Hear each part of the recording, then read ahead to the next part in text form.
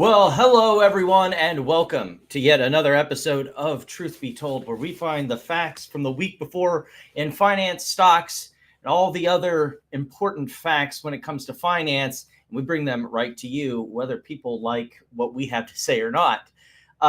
We will have Platinum coming on a little later, but right now I do have a Wild Amy. How are you doing? I'm good. How are you? I'm doing pretty good. I'm feeling very fucking vindicated. That's what I'm feeling like tonight. What about you? Yeah. Oh my goodness. So this came out Monday, right? We got the final say. I mean, yeah, I feel like we've known it since right. the end of March, but the final. Well, if we'd been paying attention to the Brandon Jones case, we would have at least known by April. Right, but I think they canceled all the depositions on the 27th of March, I think, or 29th. I can't remember which one. Right. Mm-hmm. Yeah. And so that frivolous lawsuit that I think we knew where it was going to end anyway, regardless of if it went to court or not, is finally done and dusted. It was what kind of a joint states report. I guess I didn't see that. 1 second. Is that just the one you sent? This was the one that was up on the Brandon Jones's federal lawsuit in Georgia. Or you dismissed it with prejudice?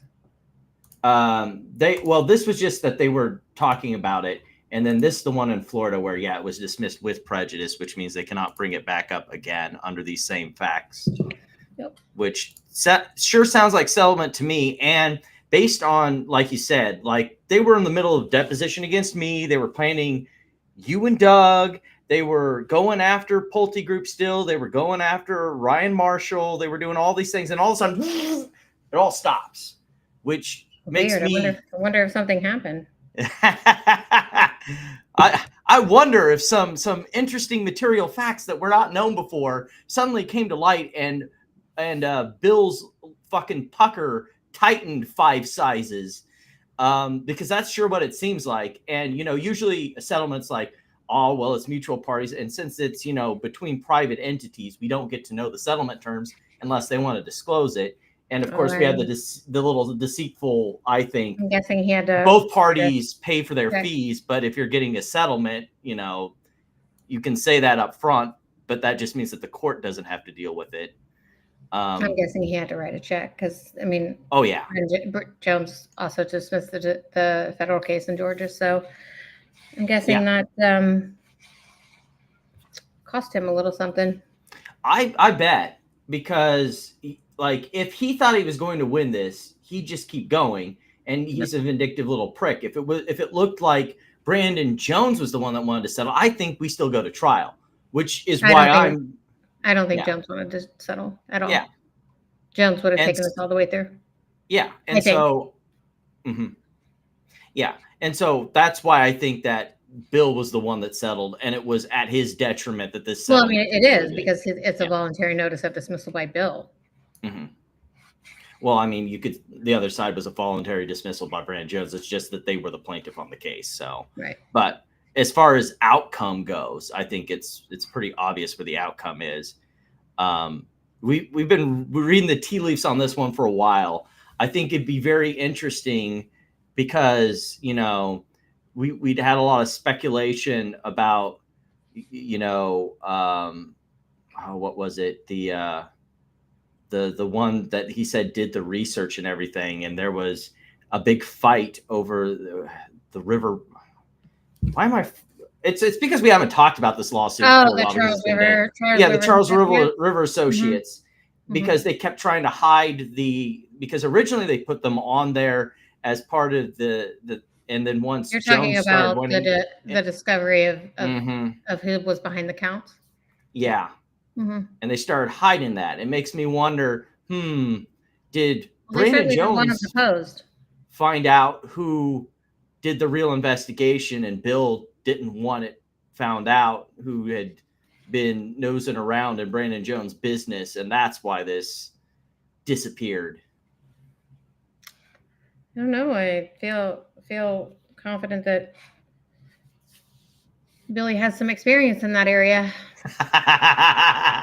Losing? Yeah. No.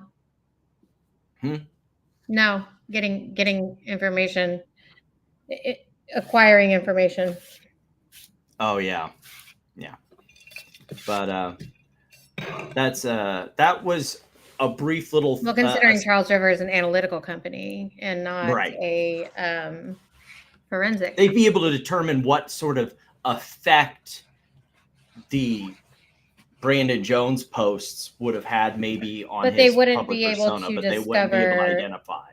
They wouldn't be able to discover the anonymous account, like who was actually behind the anonymous accounts. There's no way. Yeah, because that's not what they do. But like that is not what they do. But, so that information came from elsewhere, is in my opinion. Yeah, that's sure what it seems like. I mean, if there's different evidence out there, sure, I'm more than willing to be proven wrong, but I don't know how you get that Charles River. He certainly didn't want Charles River to be deposed. Answering questions. Well, he didn't want them to be deposed. Yeah. Yep. Well, he didn't want them to be answering a lot of things. But I mean, maybe I need to put back up his deposition, that 8-hour extravaganza of how can I duck questions. But, like our reading of it? Yeah. Yeah. For nostalgia's sake, we'll say. I mean, it was funny, but yeah. I am still curious if he thinks that Kanye is not an anti-Semite. Be an interesting question to get answered.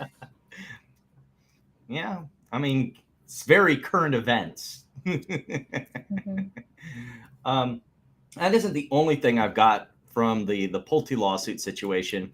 I don't know if you remember him earlier. I think it was Sunday, or what was the second? The second was Monday. So yeah, bragging about how Fannie Mae has moved up in the Fortune 500 rankings.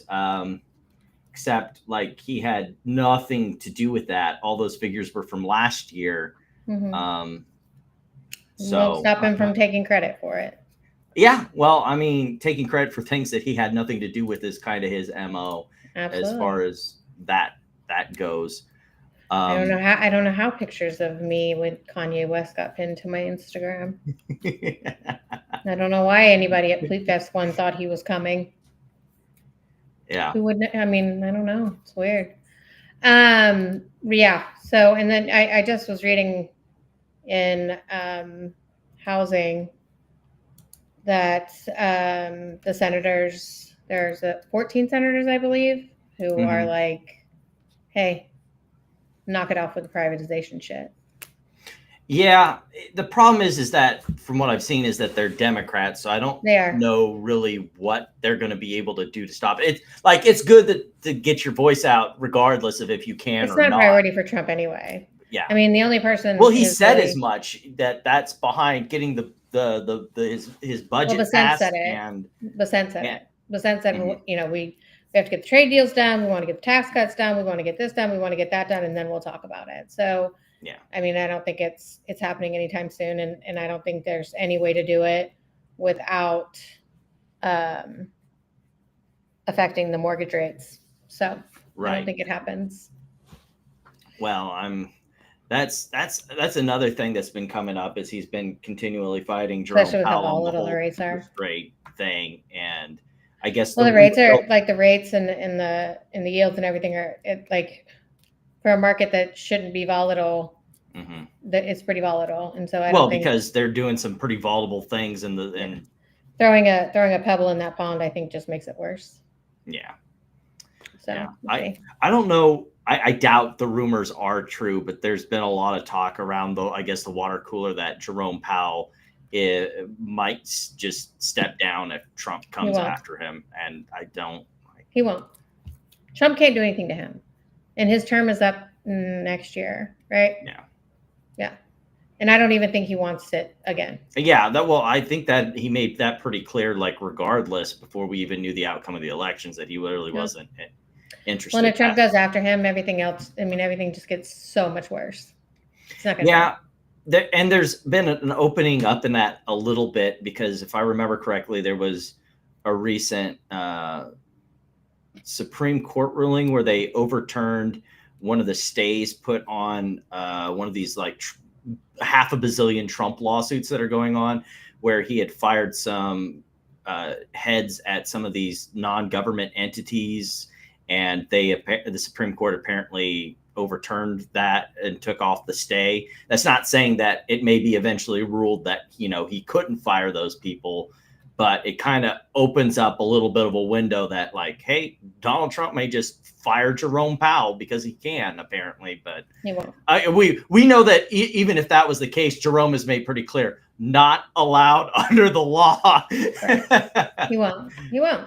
And you wouldn't fuck with him even if you could. Like, it's things are way too volatile. Things that, like, if he tried to do that anything concerning Powell at this point, I just think it implodes. Like, you just, like, because whether he likes him or not, like, Jerome Powell has steered this incredibly choppy waters. He has done a pretty good job. Yeah. And I don't think anyone can say otherwise. Trump can complain that he's not, you know, lowering the rates as fast as he wants him to, or whatever he wants to complain about. But, you know, at the end of the day, Powell has warded off, you know, what could have been an extremely bad time for the American economy. Right. So, speaking of Trump and the Trump administration, all the things that have been going on, let's start with the meme. I mean, I was watching this, like, because I kept getting, like, notifications on my phone, like Trump would tweet, then Elon would tweet. Yeah. Like, not even from them, just from, you know, the source, people like just talking about it as it went. Well, down. no, just the accounts that were, like, literally by the second putting out, and I was just like, is this for real? Like, are you for real doing this right now? Like, you know, and I just was like, this is crazy. This is crazy. We're not strictly, or even really, we're more of a finance channel, so we're going to steer away from the political hot takes and I'm not talking about politically. Like, I'm talking No, about. I wasn't saying you were. I'm just letting people know we're not going to talk about all of the stuff dealing with this, but we're going to talk about how it affects, like, Tesla and Elon and the economy and finance. I mean, it's a big risk for Elon. It is. Yeah. Like, it's not, like, I don't even think, you know, and I think he said it, like, he doesn't, like, take the EV cuts out. That's fine. Like, look, I think Elon, whether you love him or you hate him, like, he is vehemently against overspending by the government. And I mean, if you disagree with that, if you think the government should spend more, then I think something's wrong with you. But I think he is, like, he does want to cut government spending. Like, he does. I'm kind of skeptical about that point because, like, Joey called this out 100%, that DOGE was going to be their little tax cut, their initiative to cut spending. Well, I said that. So that they, both. Oh, about the tax cuts? Oh, yeah, sorry. About how he was doing that so he could get pushed through his budget thing past reconciliation. Yeah. Because it increases spending. So I, like, maybe he was in the back rooms talking about it, but, like, he had to have known that this was the plan from the start. It seems really weird for him to all of a sudden be just throwing up his hands and going, well, I think there's a lot more fire going on there and arguments going on. I don't know that he knew. I don't know that he knew the specifics of the BBB, the Big Beautiful Bill. And I think that a lot of these bills are, you know, 9,000 pages long. They're cumbersome. A lot of these people are not reading them, you know, word for word. I mean, now you can pretty much just load it all up in ChatGPT and get a summary on it. But I think a lot of the stuff gets missed. And, you know, that's, they like to call it pork. I hate that word. I think it's gross. But, you know, there's a lot of that in every bill, every politician, every president. They'll stick anything they can in there. And so I think calling it out and saying, no, it's still pretty shitty. Like, I don't know. I don't hate Elon for that. I don't. Well, I don't hate him that he's come along and decided to say that, you know, he doesn't, you know, like any of that. I'm just my thing here is less about that he's going at, like, I as a libertarian don't care much for like this sort of, you know, spending going on in the. I don't think he started it. I mean, I just think that he's being kind of facetious about his actual interests. I mean, it started because Trump gave a press conference and somebody asked about Elon, and he said, yeah. I mean, like, I don't think he like was trying to go for Trump's throat. I mean, he did eventually, but yeah, he eventually got there. I don't think that's how, like, I don't think that's what he was planning to do. And I think a lot Elon's more not of it. A politician. This is Elon's first sort of foray into politics, and so I think he doesn't really like. I don't know if there's a way to behave, but it didn't like that. Right. Well, I think also a lot of what happened with that was we've heard it over the past couple months, the simmering dislike in the administration for Elon, and maybe that goes somewhat to what you'd said, where he's just not used to dealing in politics and he's rubbed everyone the wrong way, and then Trump finally voices what everyone else's opinion had been up to this point, and that. But did you see the Washington Post thing? Where the NASA appointment that he scuttled? No. So with Bassett, so you know that. So I just thought it was like kind of just like a silly rumor or something that he got the black eye from Scott Besson. That we talked about last week. Yeah. So Washington Post says Scott said, well, I think this came from Steve Bannon, which yes, originally. Yeah. You're a fraud. You're a total fraud. Musk then rammed his shoulder into Besson's rib cage like a rugby player, Bannon said, and Bassett hit him back. Multiple people stepped in to break up the scrum as the two men reached the National Security Advisor's office, and Musk was shuffled out of the West Wing. President Trump heard about it and said, "This is too much," Bannon said. This is in the Washington Post, so like, yeah. But I mean, this has been the opinion. I think it wasn't like that. Maybe it wasn't as crazy as that, but I don't know. I think maybe there's some. That's well, this has been the right. So you would be dealing with Elon. Well, this has been the opinion of Bassett, I think, for a long time, because, like I said, their whole plan was the DOGE cuts would allow them to do the spending that they wanted to do. And when he made these grandiose, we'll get rid of trillions of dollars, or we'll get rid of all this stuff, and the amount that they were saving was getting smaller and smaller. Originally, they were going to cut a check to Americans for how much that they were saving, and then it just didn't. Who believed that? None of it materialized. And yeah, there are people probably in the administration. And they shouldn't. Like the economy was in the state it was because they cut checks to Americans. So knock that shit off. Yeah, that was part of the fuel of the fire that kick the whole meme stock thing off. Everyone had a bunch of stimmy money to go gamble. That's not wise. Yeah. I used it to pay off some bills, but I mean, that's just me.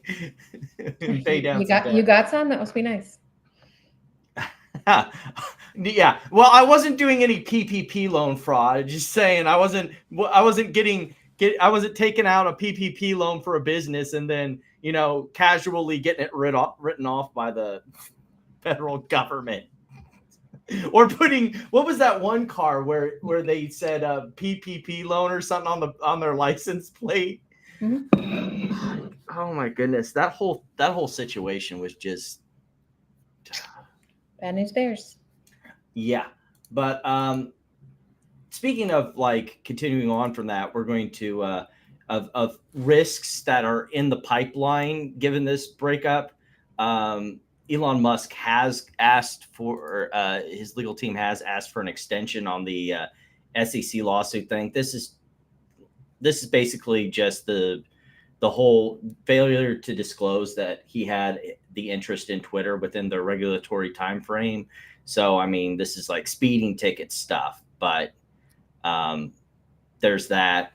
There's some of the other stuff we've known about where the Highway Department of Highway Safety and Patrol. Yeah, is looking into the whole not robo-taxi, but the full self-driving stuff and everything like that, and seeing if it's actually safe, which from what information we do, the answer is not really. I saw this video. I don't remember what it was, was this guy in like a Waymo, and it kept like it took him to the airport, and it kept like circling the parking lot, and he had to like couldn't get the car to stop. I was like, right. And then apparently he's getting ready to do the robo-taxi testing in Austin. And apparently he does not want that to be public records as far as that. And it may be that, I mean, that's state level. So I don't know what the federal government could do actually about that. But I mean, you're talking about all this stuff. I mean, even during this whole hubbub, and it came out later that they backpedaled and said it's not a priority for Trump and they're not thinking about it right now. But he threatened, like, there's all these government contracts that SpaceX has got, that Tesla has gotten, all these benefits that have been. He have shit with NASA too, doesn't he? Doesn't he have shit with NASA too? Yeah. Yeah. And he's deeply interwoven into quite a few things. Yeah, and there was also, what was it? I think a report that which is why his whole like, I don't give a fuck, I'm going to say whatever crazy shit comes to my head. It's a horrible idea. It was shocking. It was shocking. And then there was also, now that the government's come out and saying that they have, I guess, Starlink. I don't know if it's at the White House or where, they were starting to say that's a national security threat, that Starlink is being used by the government. You don't say. So like all this stuff that's now coming out, that's fallout from this, that could end up harming him, harming Tesla shareholders, and all this other stuff. It's so bad. Like speaking of like the harm to Tesla shareholders, it dropped by what, like 12%, wasn't it? Yes. Wasn't it? Originally. Not shocking at all. I mean, as soon as I saw it, like I was texting with someone and I was like, I think I have it. It said market's going to bleed. And that was at like, because I was sending the tweets kind of live as they were coming through. Where is it? Yeah, because it was just that was at like 219. I said market's gonna bleed. By the time I got to look again at 243, I was like, see, so fucking stupid. Like, well, it was just straight down all day, and yes, it did correct back up 5%, closed out about 3% up. It wasn't. And after hours, it was the overall market. The market doesn't like that shit. The market doesn't, and it wasn't just stocks. It was crypto. It was, I even think the bonds. Like, I mean, it just was like, the market doesn't like shit like that. It doesn't like uncertainty. It doesn't like, scandalous, like any of this stuff. Like everyone's like, protect your capital and go for the hills. Well, bonds had a real interesting thing, because I noticed, what was it? It was either Friday or it was something, Friday or Thursday. Let me take a look here. Yeah, I agree with that kind of. DXY. I certainly don't want. Sorry, can of fire. I certainly don't want Elon making major decisions, but I don't. Right. Yeah, I don't. I don't know. It's a tough place to be. I'm just trying to see it from both sides. Yeah, on the bond thing, I think that had a lot to do with, what was it? The Treasury sold, rebought, like, what was it, 100 billion in Treasury notes, and DXY ripped on the news, and Treasuries took a bit of a punch to the dick on that. So, I mean, that might have had a little bit to also do with as far as the treasuries. But yeah, like Tesla took a beating and hasn't recovered as of yet. I mean, it could later, but I mean, if this feud's going to go on, and Trump is, it's not going to go. There's one thing he's proven: he has no problem being vindictive. So yeah, I don't think publicly it's not going to continue. I mean, I think, and they tried to do some like cleanup on Thursday overnight. They were like, oh, the aide's scheduled for them to talk tomorrow, and then like the very next morning, Trump was like, I have no interest in talking. They weren't talking. Yeah. Right. So, but I don't think, you're not going to see like a kumbaya or anything like that, but I don't think you're going to see any more of that shit. Yeah. I'm pretty sure Trump was like, try it. Well, and you've even seen like with Elon still being snipey and then immediately deleting the post, as if the internet is not forever, bro. You should know this by now. Well, I mean, yeah. Well, and everybody was watching it play out in real time, so you can't. Yeah. Delete all you want. Hiding. Yeah. But yeah. Wow. I'm gonna grab a drink. So you keep going with in the next okay. One. I'll find some things. Hold it up. Hold it up. I'll try. I've got to refill my water real quick. Yeah. Okay. And then I'll get a water break after you. I mean, I don't know what to. I guess from here we can kind of go on to just the last wrap up on the Tesla stuff. Basically, I know this article mostly recaps basically what's been going on rather than adding anything new that we haven't already known about the Cybertruck. But as far as the Wall Street Journal goes, you get kind of an idea of how far off some of the sales were. Like we're talking about 40,000 Cybertrucks compared to 125, 250. Geez, that was way off. 250,000 that was expected in the first year to be sold, which was Musk's goal. I mean, this is the real problem for Tesla. If you've got a situation where you're stoking problems with the government that you've decided to ingrain yourself into, and then on top of all of that, you're having problems with product control that Tesla has already had, sagging sales, especially with European sales get founded. You've got, and you know, for most companies, the polarization of America issue isn't a problem. But when you've decided to insert yourself into politics, and then all of a sudden, some of your strong bases where you were selling EVs suddenly become a liability to you, that is that's a I think problem. that happened when he started campaigning for Trump, right? I mean, oh yeah. Like he alienated a lot of his base. Yeah. As a final outro on this whole saga, I have the perfect meme that'll maybe buy Amy a bit more time. Sorry, I just water.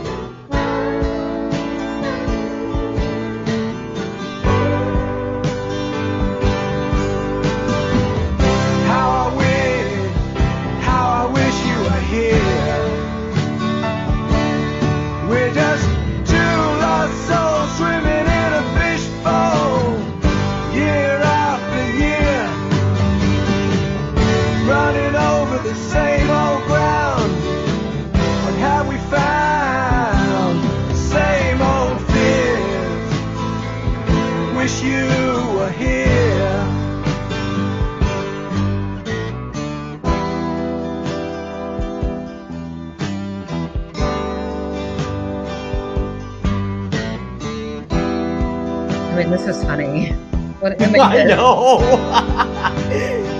Who made this? I think it's at the end.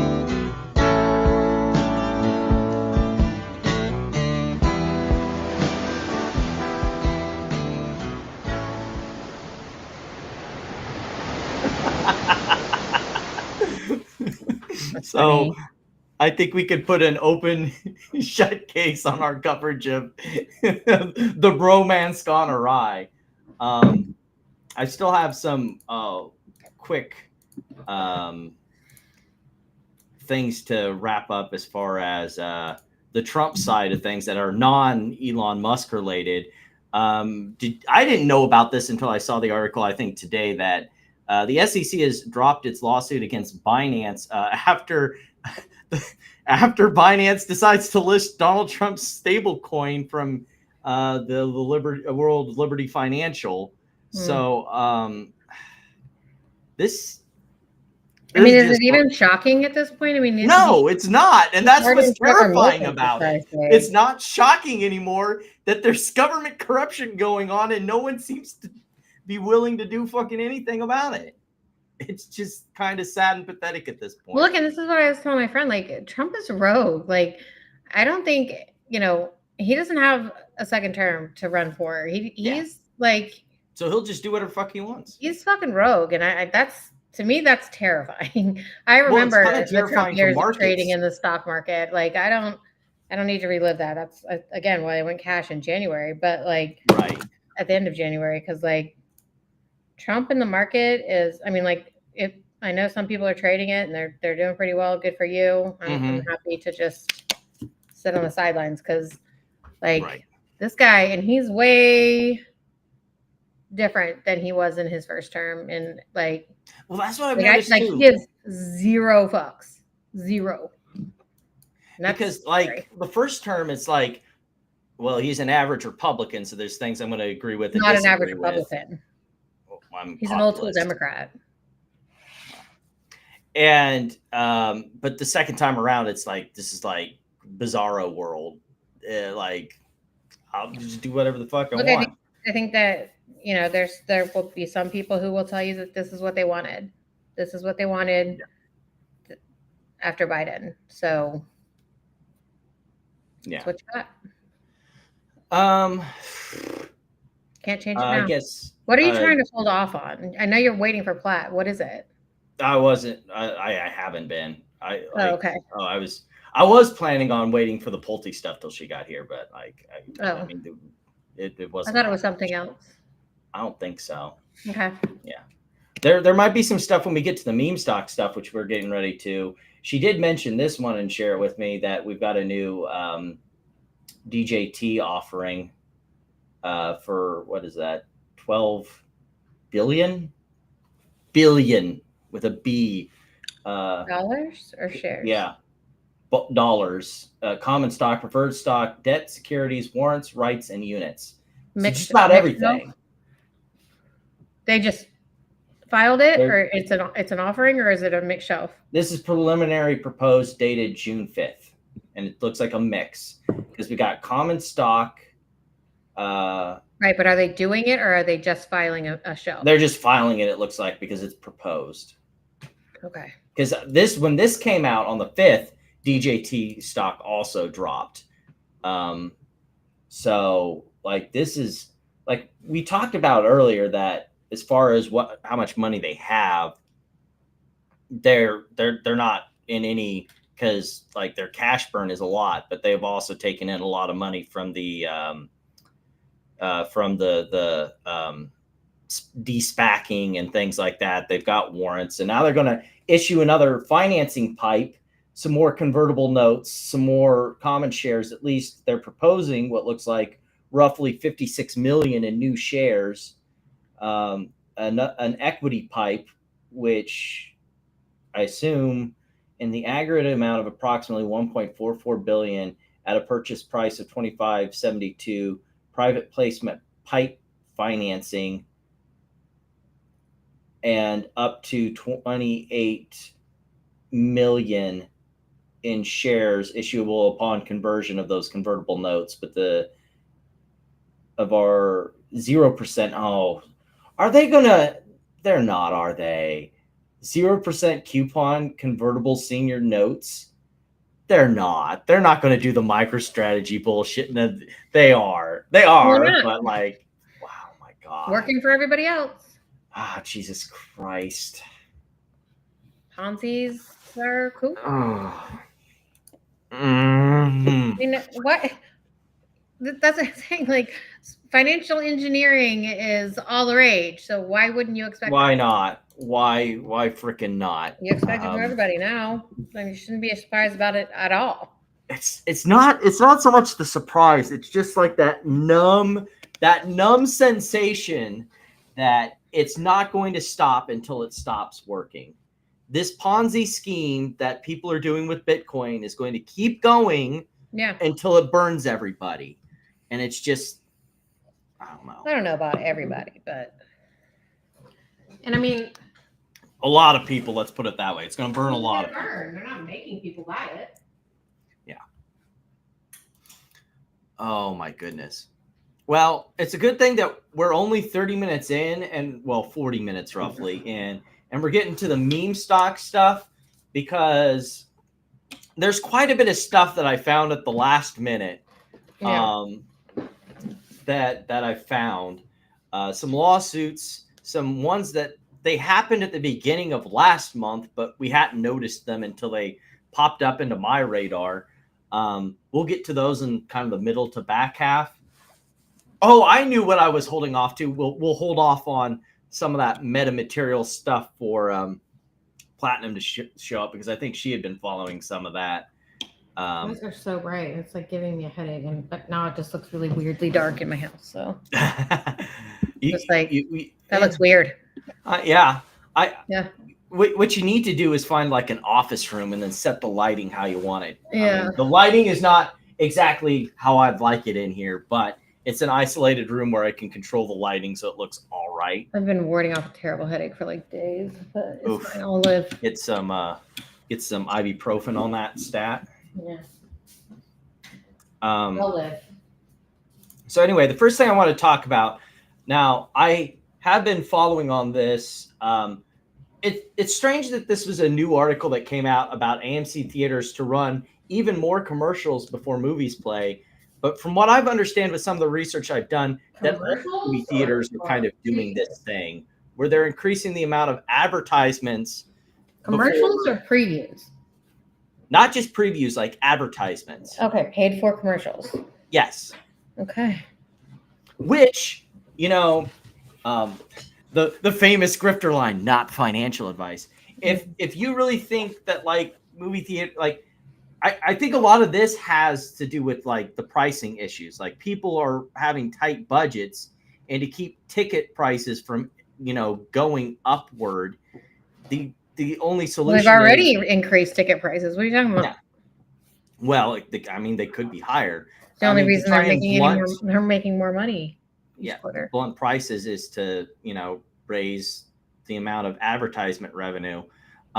If this is going to be a continuing trend in the theater industry, let me talk to you about a ticker called NCMI. They're the ones that place all those advertisements at all those theaters and do all that stuff. That's literally their business. So, if this is the trend, is to add more advertisements for theaters and stuff like that. I don't know. Might be good for NCMI. I guess like running previews isn't like a pay for thing, right? No, that I think just comes packaged with the movie, because of course the studio is going to advertise its own movies before. Right. There's some of them that might be like different, but usually when you see a Disney movie, it's all Disney previews or something like that. Are the movies going to turn into like the Twitter ads? You're like, are the movies going to turn into Netflix where you just got? I don't know. I have commercials. Advertisements too. I have ad free, but if they like start stopping movies to play commercials, it's going to be terrible. Hey, hello. How you doing? I am okay. How are you guys doing? Well, we are doing pretty good. We got past most of the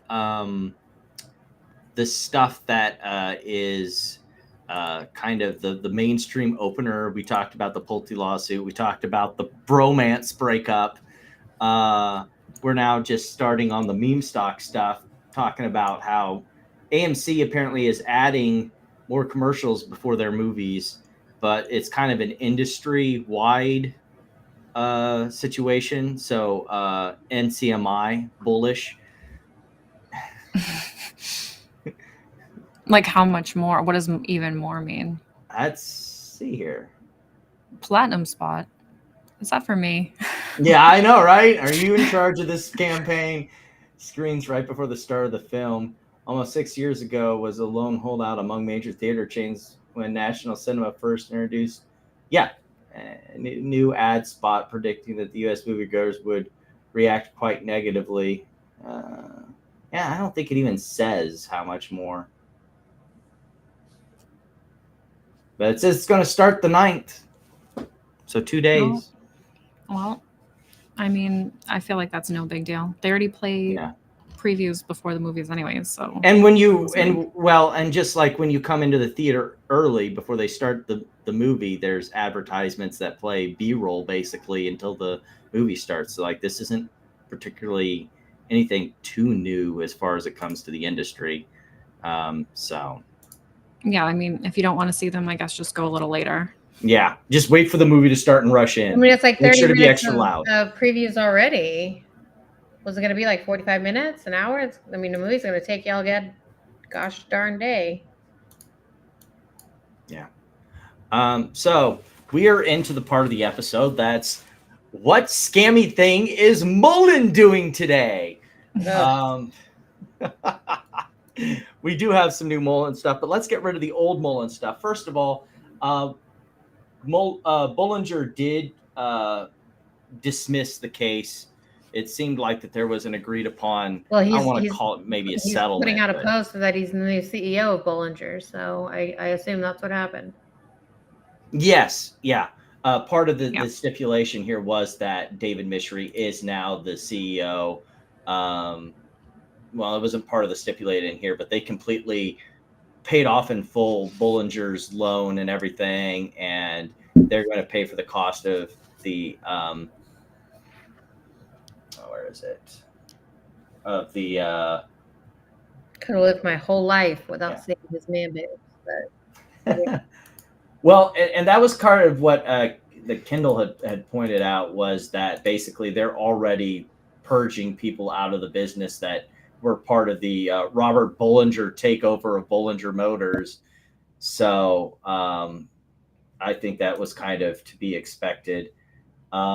Apparently, they're also saying that they're going to be rolling out vehicles in Germany, which I would sure like to know. There's just a video of like one rolling around in Germany, right? Yes, this here, I think.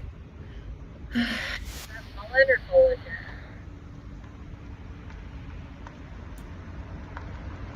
That's going really, it's just like cruising speed. Is that a Bollinger vehicle or a Mullen vehicle? No, that's probably a Mullen, because they're getting ready to say that they're going to be going out. And well, it's the only one that exists. So yeah. They made a car. Congratulations. Well, they didn't even make a car. This is all stuff from like what? At some pre-built shop in China that they just are refabbing.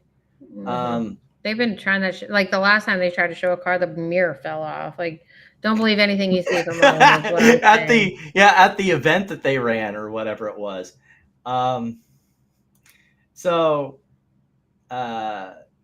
Then they had another offering, wasn't it? For they offered more warrants and notes for $14.4 million. More death spiral financing, guys. More. We need more. 11 million of that alone is going to pay off Robert Bollinger for his. I mean, if can you go back to that picture real quick? Is it winter time or that video? What? No, it's in space. It's from Star Wars. No. The picture of the Mullen car. Oh, the car. Is it winter? I don't know. I mean, it's just cold. It just looks wet out and dark. It might be just spring, like they just did it. Are you trying to say that they this is old footage that they're just reshooting? Yeah, that's not the spring. Yeah, that's not spring. Oh yeah, there's look at the trees. Like, well, this wouldn't be the first time that they've repurposed old footage, so I mean, that's not current. Yeah, because this was posted June 6th. That definitely looks like, at best, early spring. No, it doesn't. Look at those trees. There's no. That's why I'm saying early spring. Things haven't grown back in yet, at best, but probably winter. It looks like winter. One thing, we may eventually be done with David Mishry, though, because apparently he's still not in compliance even after the reverse split with NASDAQ's really loose rules. Don't they have a market cap rule? Yes, market cap of at least two. Well, no. It says company did not meet either the alternative NASDAQ continuing listing standards under the NASDAQ listing rules, stockholder equity of at least 2.5 million, or a net income of 500 million.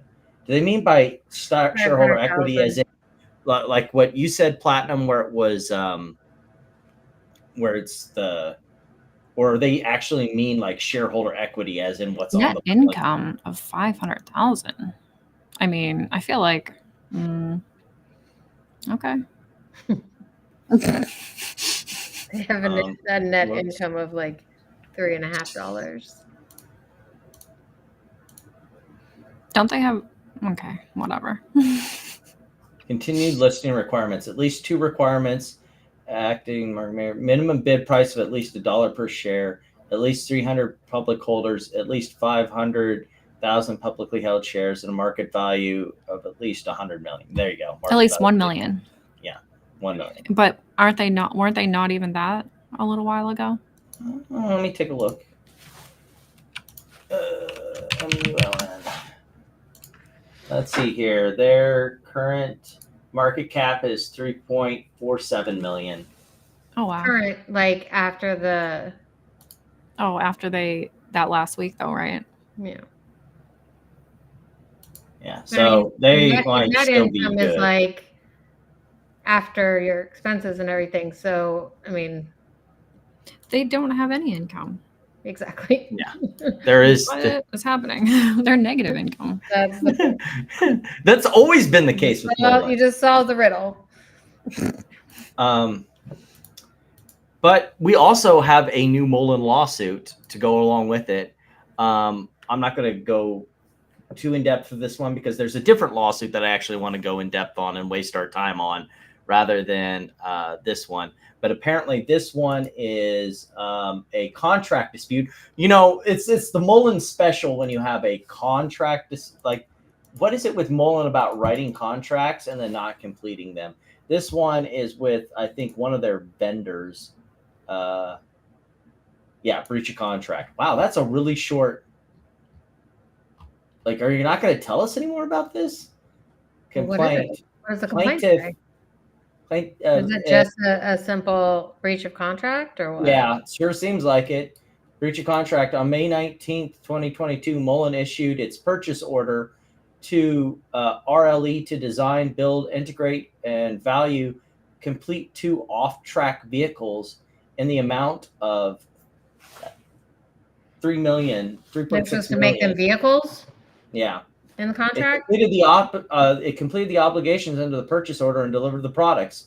Mullen made certain payments on the purchase order, but breached its remaining payment obligations thereunder by, among other breaches, failing to pay the balance currently owed under the outstanding invoice in the amount of $361,568.40. Attached. Why? Because they don't have any money. Well, maybe they do now, right? Did they get $14 million from whatever their debt spiral financing? Yeah, warrant deal is, something like that.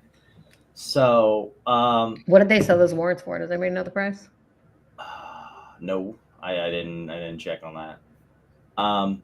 So yeah, I guess when the facts are that simple, all you need for a complaint is 3 pages. The contract says this, you didn't do this, therefore pay me. That was less painful than I thought it was going to be. I thought for sure that there was going to be a bit more to that. Oh yeah, this is the actual reason I was wanting platinum here. I think this was your doing that this ended up on the on our discussions of things to talk about. So can you tell me a little bit about this? Oh, is this? Yeah, this is the equity claim. So remember, What is we it? talked about this. I think October of, was it last year or the year before? Can't remember. Yeah, it's been a bit. It all just melts together. Yeah, exactly. But we've known for a long time that the plan admin was going to file the objection to the equity claims, and here it is. He's saying, your shares are gone.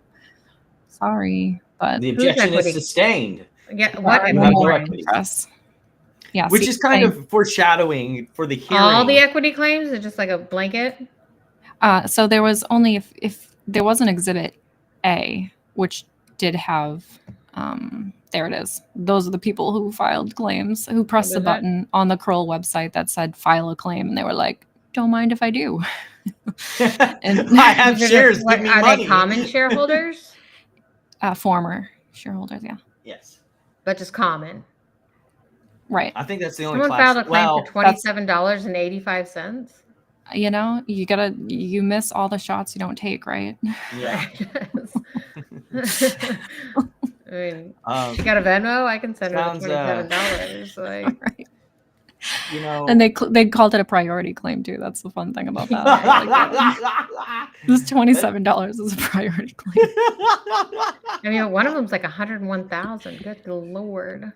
Yeah. So they're pretty much saying these are all interest. Go back up a little bit. 102,000, 101,000, Oh, yeah, that's a 101,000. My bunch. God. So they're saying each claim will be treated as a Class 9 interest pursuant to the plan, which provides each allowed interest in BBB shall be canceled, released, and extinguished, and will be of no further force or effect, and no holders of interest in BBB shall be entitled to any recovery or distribution under the plan Say it on louder account for the of people such in the back. interest. Any Well, recovery. So could Jake reread this real quick? Because he seems to be pretty confused. No, because then they're about going to start what this talking means. about how the administrative claims are getting what did they say? They're going to get smashed down into, what were they saying that one time? And you were like, no. I mean everything all the time, but Right. each allowed interest. Look how the I in interest is capitalized. Remember? Oh God! Oh no! We know what that means. Like capital letter platinum. I think you have to refer to the legend at the bottom. I mean, like what? All it means Yeah, is we have that to go interest back. is like any interest, like part. Like it's just another way to describe the shareholders. Do you not the fact that remember they capitalize it is Do irrelevant. you not remember the conversation about the capital letters? I do. I remember it. Ploot was on that call. Yeah, I know. I do remember. Mm-hmm. And look at them now with all their interests. Capital I. Capital letter. Yep. So yeah, Jake should probably check that out.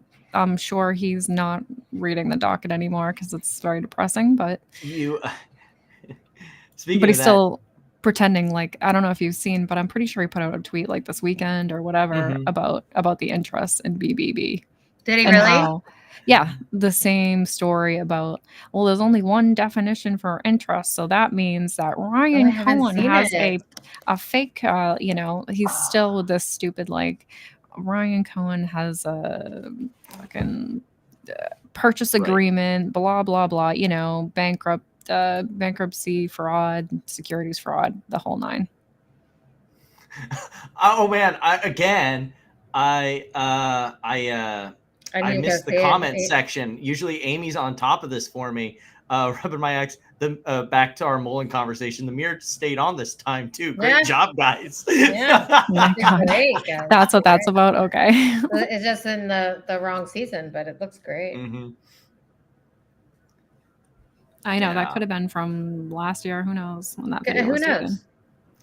taken. You know, speaking of people, is it the one that starts with "All right, let's have a BBBY post"? Yep, that's the one. So what's this about? Exactly. Oh, it's about the interest with the capital I. And how. If we're going to be talking about Bed Bath & Beyond delusion, you're exactly right. It's the same thing. I'm going to need more alcohol. I told you. Interests as defined in the plan are an equity security. When the amended plan was filed with the definition of interests, BBYQ only had one equity security, common stock. Therefore, interests. I mean, he keeps capitalizing interest. Well, duh, you have to capitalize it. Just like it's capitalized in that objection to equity interest. I mean, in the way he wrote this tweet out with like the specific capitalizations. Is there any aha or oh? But look here, like it's just so annoying. He's so annoying. So given that you pointed that out, I think it's next week, isn't it, or is it the week after that they have the Jeff Curzon? Oh, that's the 17th. I actually really want to listen to that. He talks about Curzon here. Oh yeah, he says that he doesn't think that he's holding things up, which obviously he's not, because but he's also being a giant it's pain in the ass. They've They've gone over this how many times now? It'll take 5 minutes for the judge. I do want to listen to it though, because it'll be highly entertaining. Well, the good thing is, like, I don't think they're going to be discussing anything that needs to be redacted, which means as soon as the hearing's over, usually same day, they have those hearing recordings up on the docket, and we can just pull it and listen to it. Sweet.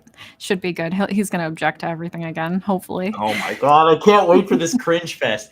I need to go back for the other bankruptcies he's been and see if he's got any more hearings. It's like we can make it a Jeffrey Curzon special on here one of these days. We Right? just go through all of his hearings, cringing the whole way down. It's pretty impressive. Oh my goodness. that he's Speaking been- of, he's starting to get some backlash, though, it looks like here. Of course he is. Anytime anyone does anything like through the court system, they always get backlash. So, to clarify for those misunderstanding, 4143, I've consistently Oh, he's on Twitter? Yeah, he is. I didn't realize that. Okay. He is. I've known that for a bit. Or maybe I Should've did know told that. you I just maybe. forgot. Hey, how you doing, Rob? Yeah, the total shares outstanding as of 9/29/23. That includes all Class 9 holders, both of record and beneficial. But they would have no way to know beneficial. They can't. Oh my God, this is. So the number. Oh, he just wants the numbers. Well, we know that already. No, he wants a verified list of all Class 9 shareholders of But record. you can't have a verified list of those that are holding it beneficially. You can only have the ones who DRS. Nobody's holding it. Corax, no one. The list is 0. Here's your list, buddy, But I'm and he saying just gives him Of nothing. the company, if it existed, like say that he did this before the plan. Oh, sure. Yeah, it would be Seed & Co. is all the Yeah. beneficial owners. Yeah. So like this whole thing is like, oh my goodness. Oh wait, there's more than one. Oh, the other people. Oh boy.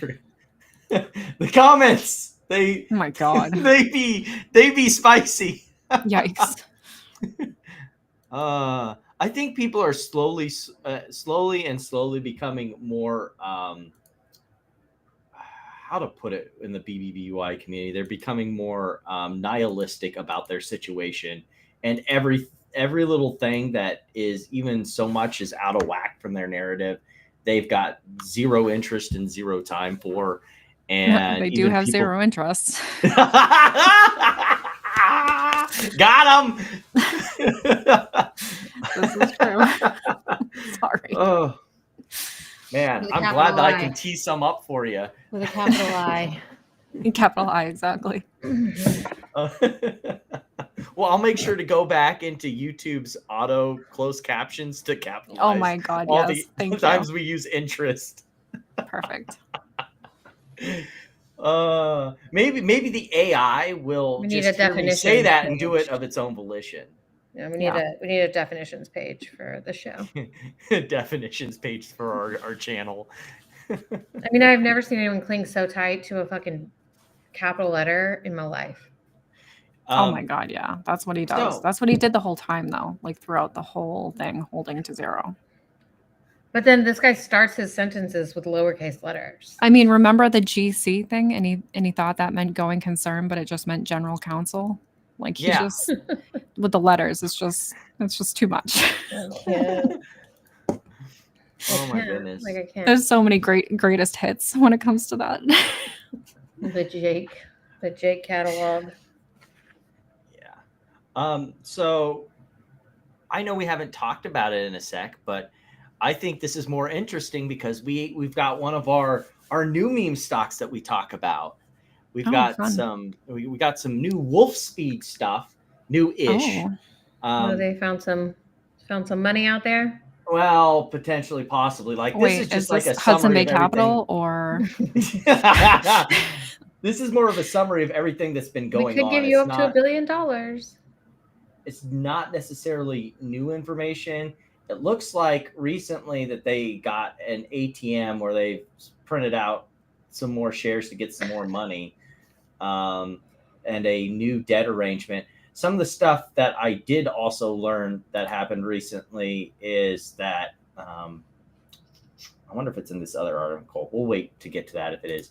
But apparently part of the reason why that they're also the bankruptcy signals went up was some of this debt that they have that they're paying interest on expires next year. So it's like the AMC situation. That's why they're having to restructure, because they can't pay the when it expires. So that's another thing. Though the company has said that they're not thinking about bankruptcy. So of course everyone on Reddit's like, well, that means no bankruptcy, right?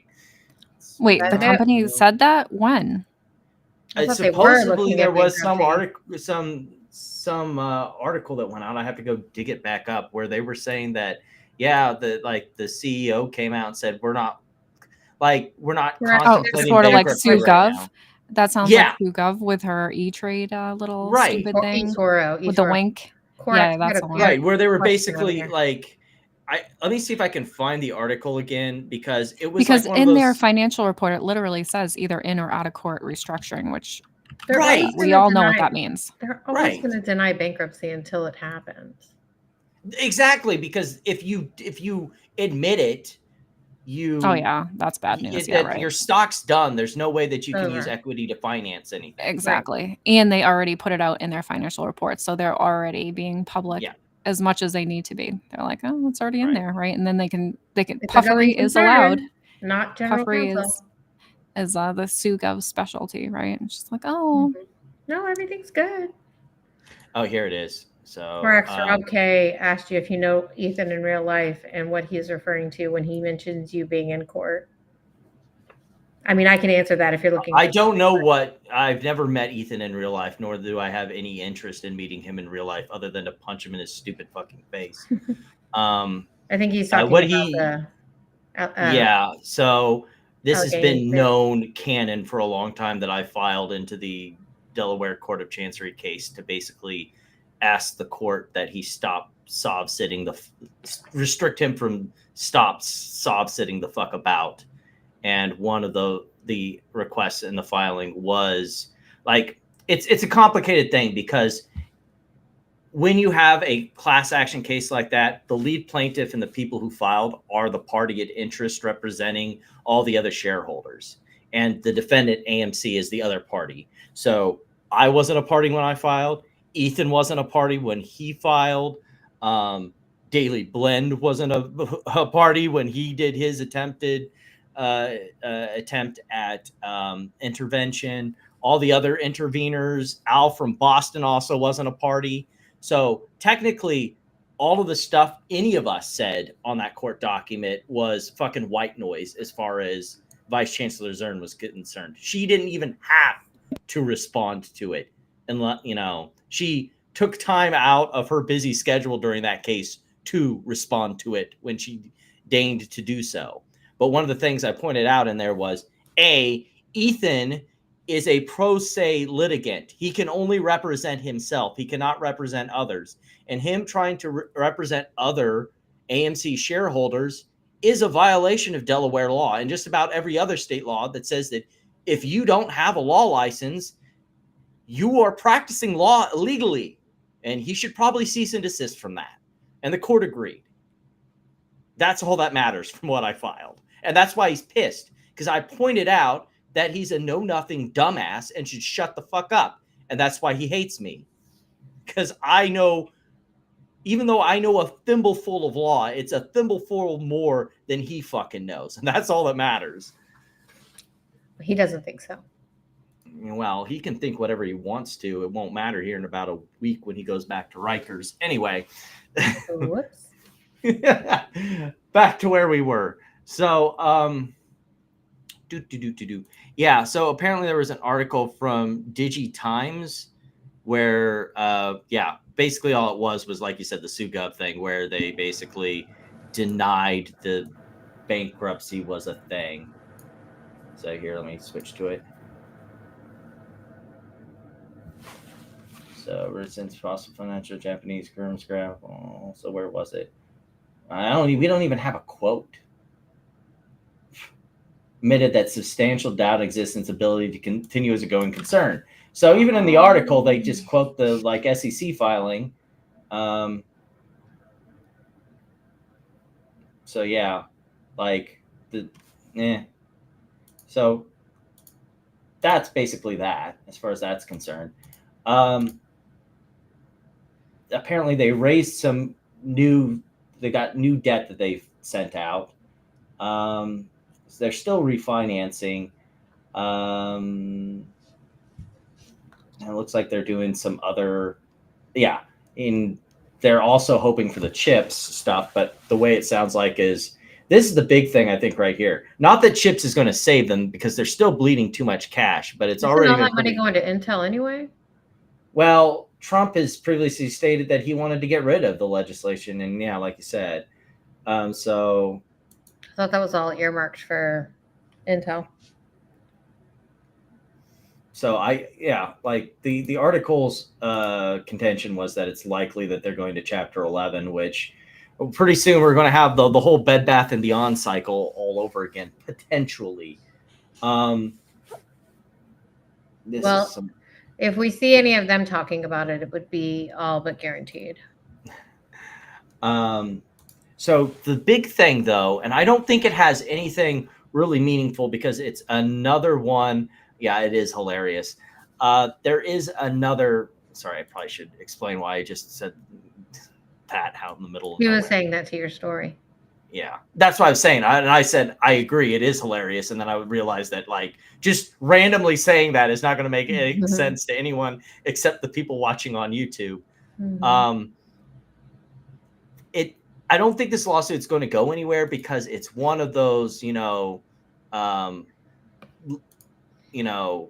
lawsuits that happen all the time when you have a publicly traded company where something bad happens and we're going to sue the company over it. But I did look at this lawsuit. This is over the recent. Is this like the brand new one, or is this brand new? Well, it's not brand new. It's been going on since November 2024. But there's a bunch of cases that were consolidated into this. So apparently a bunch of people are suing for it. We had an order on the 13th of March, which was it 13th? No, the 5th of March, basically saying the scheduling order that within 60 days, they had to have a consolidated amended complaint with the lead plaintiff. And then after that, defendants shall file a motion to transfer in no less than 30 days. And then, your motions to dismiss and all that stuff, basically setting the scheduling order. So we do have the amended complaint that came out on May 5th. And on June 4th, we have the motion to transfer that's come. So we'll get to the motion to transfer in a second, see if they've got any good arguments for that. What I want to get to that I think is more important is this, because the complaint here actually does a pretty good job of laying out the story of Wolfspeed and why they're in the shit that they're in. If you need a background on this, it's basically a securities fraud case that they're basically saying that the company's management said one thing to shareholders and then did another. That's jurisdiction of any parties. Yeah, we're good there. Basically, this whole thing is about the new facility that they built and the ramp up to producing more of their silicone MOSFETs and other products that they sell. They were talking about the company rapidly growing and expanding, substantial increase in capacity. Then there was the operational delays that they mentioned. And where was it? There was, the ramp up stalls. Where was the, yeah. Slower. I had it here. Where was it? So the demand stalls out. They talked about the increase. Let's see here. Set financial analysis, budgeting process makeover. Where is it?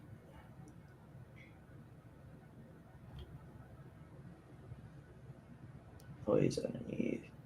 We were talking about how that they were needing like a 20%, and the whole thing was determined on the ramp up. And see, I hadn't gotten to this part. So apparently Wolfspeed was manipulating its quarterly results. So maybe there is a case here. Yikes. If that's true. FE1 emphasized while he had worked with other publicly traded companies, there's a level of pressure to meet numbers, pressure to certain. I mean, that's expected. Paid finance and influence, which typically speaking, higher paid finance employees receive bonus payouts. I'm not seeing any real Regarding inventory is explained after inventory goes in the books. Certain dollar amounts, technical accounting standards stipulate that you need to challenge the value of inventory on the books as time passes. Recognizing the old aging inventory on the books. Okay, so they're talking about depreciation and amortization. However, during this process, companies can make exceptions for aging inventory if we have a customer for it. For example, I see where this is going already. Do you see where this is going already? So if you're having to amortize the old product that's sitting on your shelf, but you can claim that you have someone who's going to buy it, and you just keep saying that, then you don't have to actually realize the loss in the value of the product and fudge your books. That's shady. Yikes. Which means that this problem, well, I mean, unless they've changed it since the lawsuit, could really mean that the balance sheet is even worse than what they're reporting. Have they replied yet? Do you know? No, because all we know up to this point is they had the original complaint. Then they took all these other complaints, consolidated them, and now this is the new amended complaint with all of the claims that they've agreed upon adding into the amended complaint. And the scheduling order is that they can transfer venue, which they're going to do first. And then after venue transfer attempt, then it's the motion to dismiss. So they haven't even responded to the claims yet, as far as I know. Now, maybe they dealt with some of that in the venue transfer, but that's a pretty serious allegation. Defendants materially false and misleading statements. Class period begins August 16, 2023, when Wolfspeed filed a Form 8K with the SEC containing the company's financial results for the fourth quarter fiscal year 2023 and held a corresponding earnings call. The main driver of future revenue growth for power devices will be the incremental revenue contribution from the Mohawk Valley, which is their new plant. In response, Lowell stated, in terms of the ramp up in production and the expectation of the amount of revenue, our expectation, okay, this is the part, is that we'll be at 20% utilization by the June quarter. So we got to 20% towards the end of the year. You won't expect to see revenue translation of that as we got 20% utilization by June. We won't expect a revenue transition of EPI, the equivalent of 100 million, to be sometime after that, sometime in the second half of the calendar. Defendant's statements were materially false and misleading because defendants knew or recklessly disregarded but failed to disclose that Wolfspeed was slow at getting MVF up and running, and MVF was not achieving the targeted volume quickly enough. Following numerous delays in the ramp of MVF and the results of utilization expectations, and having recognized that investors would not stomach yet another reset, analysts were relieved and encouraged by defendants' assertions. On October 30th, the company reported its first quarter results for the fiscal year 2024. Defendants detailed the importance of the MFV ramp, still echoed the 20% utilization. Demand remained strong, even though EV demand was falling off, and the same for their semiconductors. I'm still missing what it was that I had caught my eye. I think it was like the 20% utilization ramp, and they never even got to 20%, and that, demand fell off. So not only do they have this old factory that they're trying to sell, the new one isn't even running at full utilization, and there's not as much demand for their product as they anticipated. It's sort of like the AMC problem. Let's buy a bunch of theaters. Oh, wait a minute. You're telling me that, people aren't going to the movies as much because of COVID. Ooh, yikes. So I'm going to have to look at this a little bit more clearly, because this is, 36 some pages. Let's get to they got the claims down here at the bottom. But I mean, this whole lawsuit basically details the whole issue that had led up to where we're at with Wolfspeed. They had invested heavily in these in this new factory, only to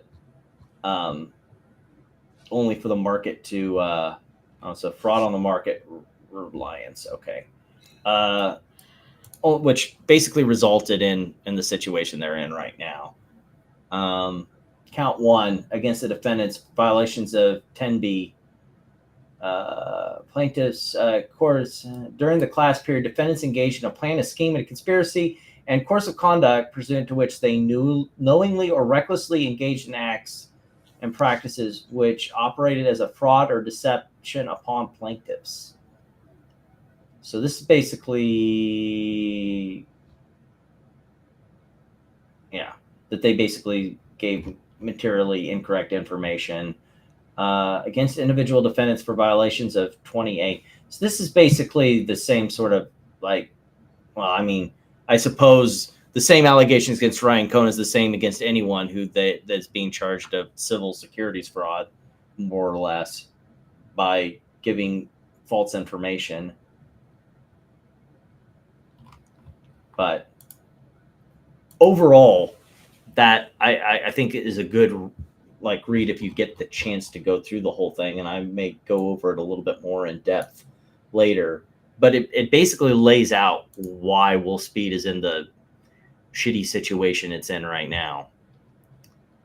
And it doesn't seem like it's going to be getting better anytime soon. I didn't even know about that lawsuit until I saw that article that basically that they had announced that they had a lead plaintiff. But that's where. Oh, it's a class action? Uh-huh. Mm-hmm. Class action, and they merged a bunch of the class actions together and then picked a lead plaintiff. So that was kind of interesting because I hadn't gotten the chance to read the whole thing, other than it kind of gave a timeline of the events for Wolfspeed.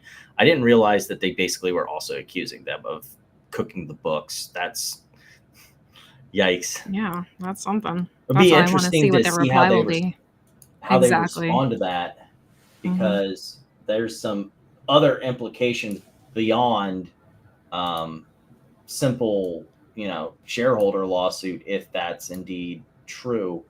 I almost forgot about let me take a look here at the change of venue, what they're trying to say about that.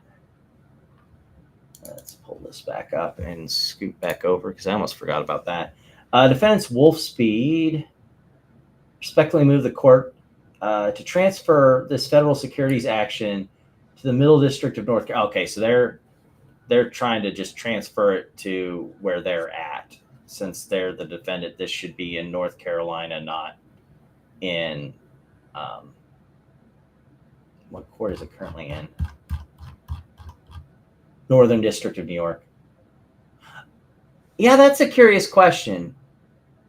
I guess since this was in New York, I guess, because that's where the plant is. But if the company is headquartered in Carolina, then yeah, this should be probably transferred to North Carolina. Yeah. Wolfspeed specialized, and yeah, headquartered in Durham, North Carolina. So I'm sure that they'll get this transfer to the Middle District of North Carolina. I don't see why that would get denied. And then after that's done, then maybe we'll actually get a response as to these claims, and we'll get to figure out the other side of the story, which would be interesting, especially on some of the more meaningful and meaty claims in there that isn't your just generic. They said things that, were kind of under safe harbor protections, but is not.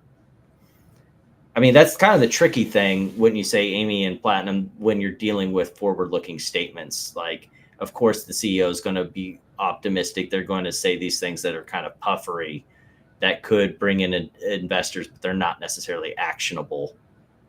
Correct. They're not material. It's more like your hopes and dreams. Yeah. Than it is a promise. Yeah. Speaking of people openly talking about their hopes and dreams rather than reality. Ugh.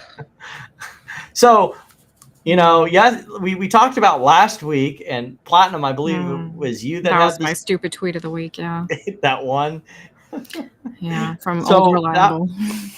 So a brief catch up on that was that last time he got his numbers wrong as to short volume because he took Had to have been on purpose. Like he did short Yeah. volume for the whole day and then total volume for pre-market only, and was like, Yeah. well, this was 4,000%. It's like, what are you which even is not saying? possible, because if there was short volume, it would have to be some percentage of the total volume. It can't be more than, even if you want to go with your whole naked shorts theory, that's still volume. Like what? Anyway, more bad math. Oh, and Chat GPT involved. So He's so stupid. Like that's with his like 1 million real whatever shit. Like you can't. I mean, I don't even know why you talk about this guy. But go ahead. Sorry. Because he's like, I talk about him because he's a fucking idiot, but somehow he's still apparently a licensed financial advisor. How even? Rob K, we were on the wrong end of that, by the way. Splat and I were. What's going on? You only saw what happened on the timeline. You don't know what happened behind the scenes. It was just as fucking. Yep. Do you guys Anyways, want to back to this. explain it after this, or let's just get back to this. Okay. Idiot. So, one idiot. He compounded the interest again. That like this clown. It's not compounded. It's an annualized rate. It's not compounded. You pay the interest separate and apart from your. This guy's a board advisor. Shouldn't he? Oh, everybody remember that. True. This is basic stuff you had to have taken during the test to get licensed. This is not. How can you be this fucking stupid? It has to be willful. It has to be. I'm convinced he paid like a Mike from Suits guy to take the test. It doesn't make any sense. Did you see that the court approved Zach Morris's lawyer dumping him? Oh, well, we were going to get I did not see that. I have him at the back here of things that we're going to take care of. But you didn't see the motion, or you didn't see the I saw the motion, but I didn't see the court approval. It got approved. Interesting. Mm-hmm. But did you maybe either one of you using a Chat GPT lawyer was true, which is oh Jesus awesome. Christ, I can't wait. Please do. Yeah. I would like to see those transcripts, please. Too bad they're sealed. Are they sealed? Well, I think like some of it was sealed or something. Such a disservice to the public. Me. So, did either one of you listen to the all-star panel space of Kevin Malone, Ham Short Killer, Miss Shaughnessy, and for 1 minute. Wes Christian? Shaughnessy was talking on there? No. Oh. I thought she was in on it. Was she not? I mean, she's in on it. Yeah, she's in on it, but I haven't talk. heard her speak in a space, so that's why I was like, what? I was going to listen to it and chop it up for tonight, and then I was just like, I cannot subject myself to an hour of that stupidity. Oh, thank God. Okay, phew. Yeah. I just wanted to know if any of you heard it, because I'm just sitting here like, there's certain things that I will stoop to. That ain't one of them. Yeah. I can't do it. There's some of these channels that Kevin I'll listen Malone talking to Wes Christian, like that sounds like Guantanamo Bay torture shit. There's some of this stuff that I'll listen to because either it's entertaining or it's something new. But when you are the biggest fucking broken record, and I've heard your stupid story so many times, I just cannot be bothered to copy paste and then again say yet again, you're a fucking idiot. None of this is correct. Still thinks market manipulation is somebody putting out a bad article about your company. Yeah. Okay, like. Wait, who thinks that?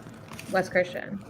Oh my God, he's trying. Well, this is the guy papers and suing- DMs, guys. Like, let's. Yeah, I mean, know, right? It's just like how are you, like this guy's been trying to pull this scam for like 25 years, like, and it all changed with high frequency trading and Reg Show, like, and he's still trying to like, it's like the old guy who's like trying to make shit that he did in the 90s work. Old man yells at clouds.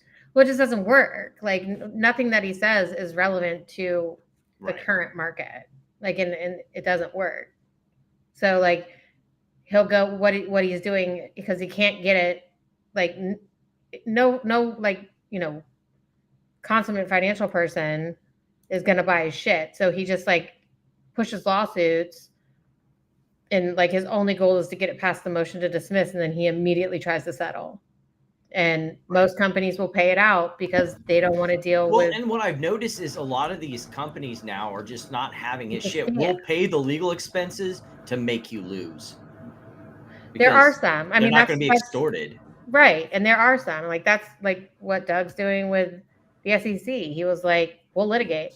Before I give you 8 figures for a $250,000 fine, like, I'll litigate.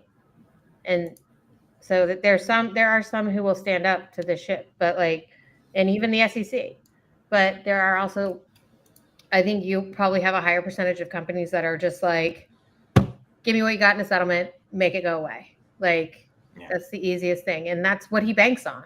Like, that's why and I don't know if he said it, I've definitely heard it, but like his only goal is to get past the motion to dismiss. Like if he gets past the motion to dismiss, he believes he's won.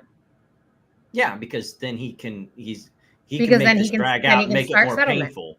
Then he can start into settlement talks, and that's why you don't ever see these. You don't like you go find a West Christian case that's been followed through all the way to the end. And of course he wants to get past that motion to dismiss phase because then he can start doing discovery. And as we've seen in some of these lawsuits he does. He will, or even some of these bankruptcies he's participated in, we'll be getting into one of those here in a second, where, you know, he can ask for all this stupid discovery that's going to end up being very costly. Like when you want all this trading data from someone like Fidelity or stuff like that on just one stock, that's a lot of stuff. That's a lot of time. That's a lot of money. That's a lot of effort to go through and doing that. And most companies would just rather spend more time making money rather than dealing with this dipshit.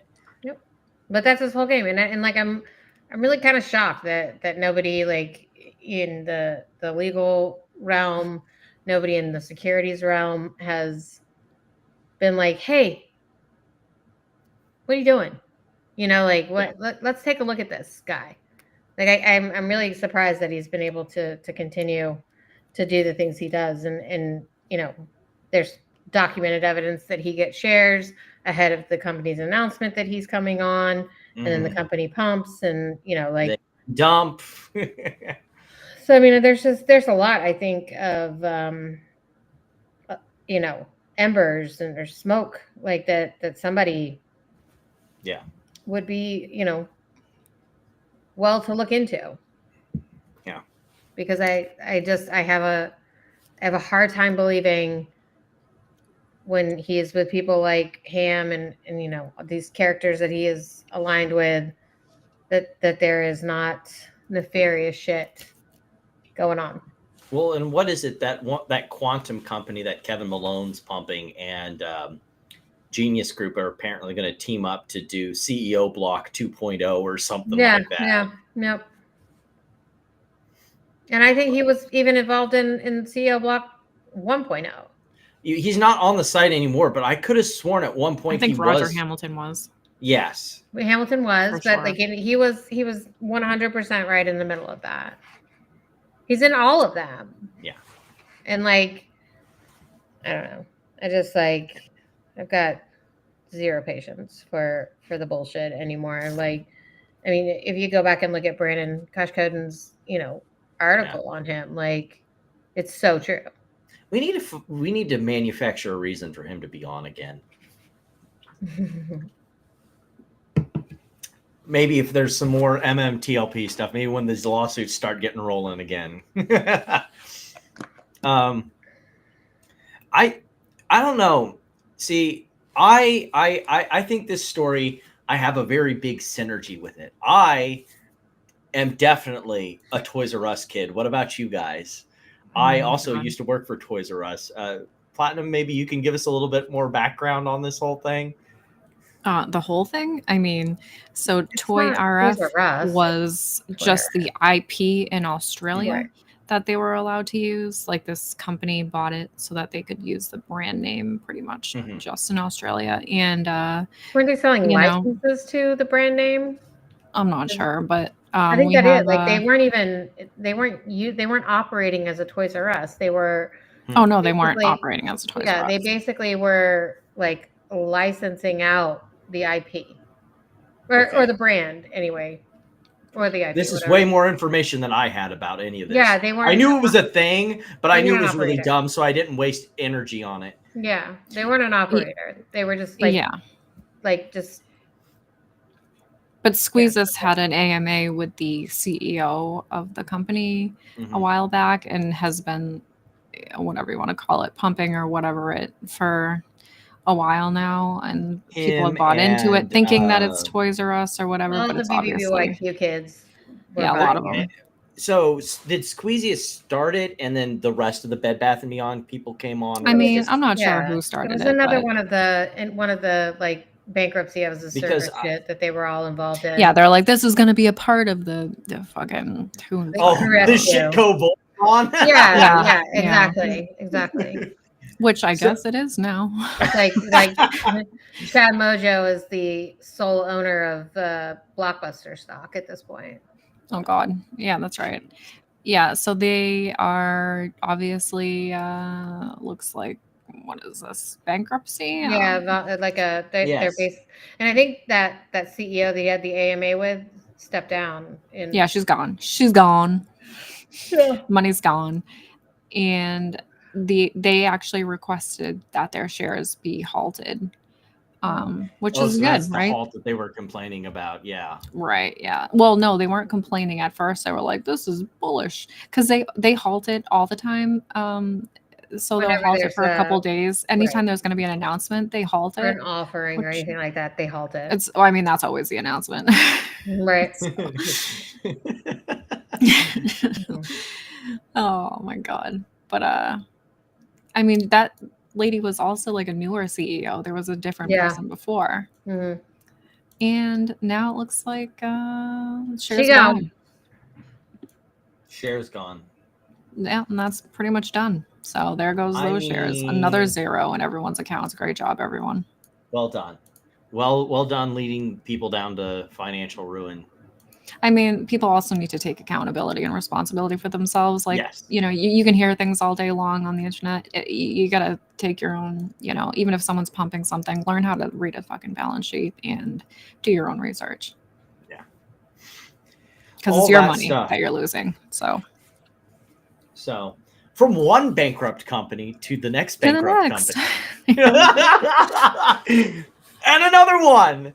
And another one. We have a saga of announcements. I noticed that they did complete the asset sale, I think, for whatever limited assets and IP that Metamaterials still had. And there was some changes there because they needed to make sure they were free and clear to be able to sell them. Oh, they sold some IP? Yeah, that was the... Okay.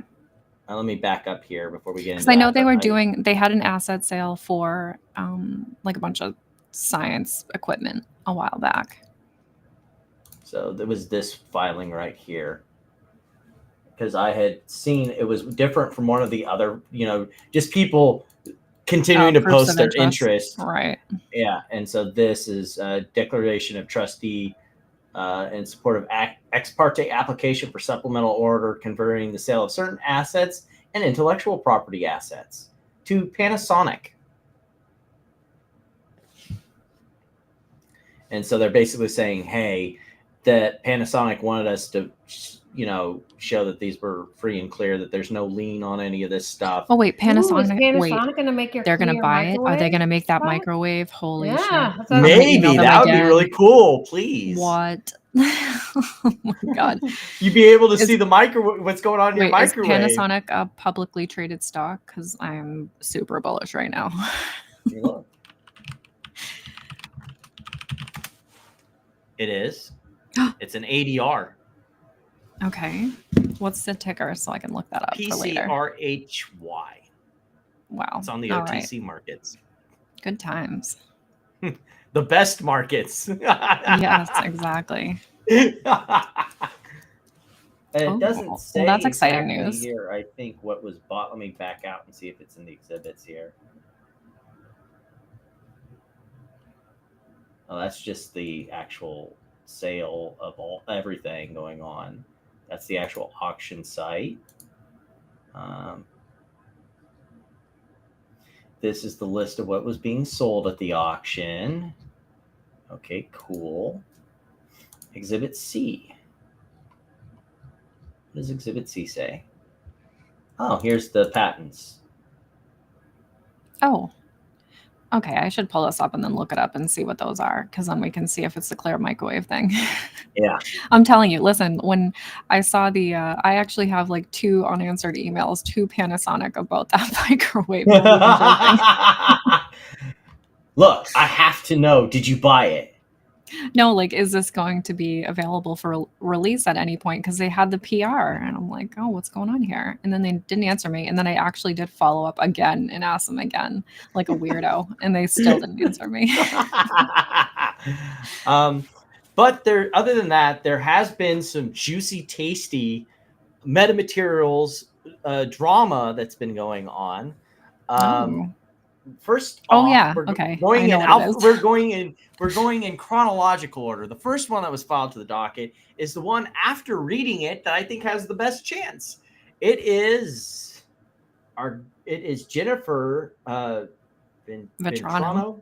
Yes, nailed it. And her motion to strike. You go, girl. Yeah, after reading this and going back to the documents, I'm like, yeah, actually, I think this might have a chance. I think so too. Basically, there were some statements in Wes Christensen's filing about the lawsuits that were going on, the pro se lawsuits, where he referred to Jennifer as a perpetrator, a co-conspirator, and obstructing and impairing legal investigations, and that she was acting as a shield for the unsavory individuals who are manipulating the price of metamaterials and its assets. Yeah, that is pretty defamatory. And you don't get to use legal filings as a shield to make these kinds of statements about someone. Absolutely. Good for her. I'm proud of her. And that's basically all that this filing is about. Is she's not even coming in as regards to her lawsuit or anything else. She's just like, Wes Christian has beef with me and the other people who have been filing these lawsuits, and he doesn't get to use a bankruptcy court as a forum to be a jackass. So totally 100%. I'm with that. There was, however, another filing. I could have sworn that I popped it. Where is it? Or I didn't pop it, or it was on here. Oh, there. Wait, there's a confirmation of certain sale of certain assets to Panasonic. I don't see anything that confirms what. Oh, it's just those exhibits again. I thought it was saying that they gave us information to. Oh, yeah, this one. Actually, could you maybe pull this up and talk about this one, Platinum? Because I'm going to swing and maybe get a refill. If not, then I can. I am not at my regularly scheduled setup. Hold on. Well, I can thumb around for pages if you want to, and then because I'm just going to go really quick and get glass. What page do you want it on to start talking about this? Wait, because I think I put the link over here. Yeah, the link should be in our chat. So I can just find that. Juicy drama. There it is. Awesome. Oh, yeah. 121 pages of juicy drama. Yeah. It's kind of crazy. Go for it, I girl, mean, because you were the this one is who brought this very to our long. attention. Yeah. Well, this is another person who is involved in a pro se lawsuit here. And so she's asking, I guess, for leave to what is she actually asking for? I can answer that really quick before I finish the Okay. So what they're asking for is a motion to intervene. So what a motion to intervene is you have an interest in the litigation that is not represented by either parties, and usually a property interest of some sort. And so you're wanting to intercede in the lawsuit to defend your interest in the current proceedings. So if you remember, say, the Bollinger lawsuit, where they had the whole thing about, Bollinger being put under receivership and all this stuff. And Mullen came in as an intervener because neither party represented, Mullen's interest in, the fact that it owned Bollinger Motors. That's basically what a motion to intervene is. So basically, if I remember from what I read of the accusations correctly, is that they think that Wes Christian, along with him, With all I these guess, guys. trying to influence the trustee, means that they're not acting in the interests of stakeholders who still, because we don't have a bankruptcy plan yet, still potentially have interest in, the value of metamaterials. So he's trying to intervene. But I don't know how that works in bankruptcy when you have an appointed trustee. Right. With a stay, like an automatic stay. Well, So- the automatic stay isn't irrelevant. He can, Okay. like, what's because this is the original bankruptcy filing. What's at interest here is, I'm not sure how that works in bankruptcy. I know how it works in normal lawsuits. I just described it roughly, basically. And also, as we learned from the AMC class action, you can't, because bankruptcy, like the way and I could be wrong, but the way I sort of understand it is because you have the trustee representing the estate, and you have the different, like, the creditors committee, the shareholders committees that are basically representing groups of people. It almost, in my mind, and now I could be wrong, feels a lot like a class action, or you've got different classes with different interests in the asset, the estate, and the estate's assets. I don't think he can intervene because again, remember, pro se litigants can only represent themselves. So by intervening, yes, he's representing his interests, but it also affects the interest of every other shareholder in this bankruptcy and every other creditor. So can he intervene as a matter of this situation? I mean, I'm sure he can act individually, or she, sorry, is it a she in this case? Mhm. I've been saying, okay, she, sorry, can intervene, but I don't know exactly. That's my curiosity. I'm not sure. I know. Can you imagine this trustee's face? Like, she had no idea what she was getting herself into. And Oh, here absolutely we are not. with these, like, all these accusations, with these, like, SEC lawsuits going on. So this person here kind of gives a timeline of a lot of different things. Like, some things I know are definitely facts for sure. Some things I have no idea if they're fact or not. So, but they are definitely interesting. What are some of those interesting things? Like, she's trying to say that Movement believes that some of these influencers, like Twitter influencers, who control the narrative and shut down any dissent to be paid proxies for Berta, McCabe, Meta, and Christian. That's a bold accusation. Like, we Right. generally think that might be possible, but like, It you're could making be this argument in possible. court, and it seems slightly irrelevant to, like, see, this was my problem with why I didn't think this filing was going to really go anywhere, is because it feels more like it's arguing Twitter drama in a bankruptcy court. And Well, that's the problem. Yeah, I don't know. I mean, wouldn't that be like real RICO I mean, if it was true? possibly, because you have the legitimate entity metamaterials that's being used to facilitate the illegal and illicit activities of other third parties. I mean, potentially, it'd be really hard to make that argument, but I mean, I guess it'd be better than some of these other RICO lawsuits that have been. Oh, for sure. Yeah. And that's also the interesting thing here is if you wanted to bring up some sort of this is the sword that cuts both ways. You know, Wes is doing these like sort of bankruptcy market manipulation filings because you've got a bankruptcy lawyer that probably knows the law, especially bankruptcy law, but doesn't know securities law so well or these other things. And but they get to rule on these because it's a bankruptcy court. All these sort of like other lawsuits get pulled into the bankruptcy court. And so you can exploit the fact that the bankruptcy judge might not be as well versed in securities law, but they get to rule on this sort of stuff. And it may cut the same way with this, where you're making some sort of like accusations like or in this document, maybe as a lawyer and a little bit more tuned, where you're like, well, all these people who are the insiders were running a RICO operation, and you know the judge is a bankruptcy judge and maybe doesn't know RICO law quite as well, and you might be able to, you know, this is the weird abnormalities of bankruptcy law. True. That are a little.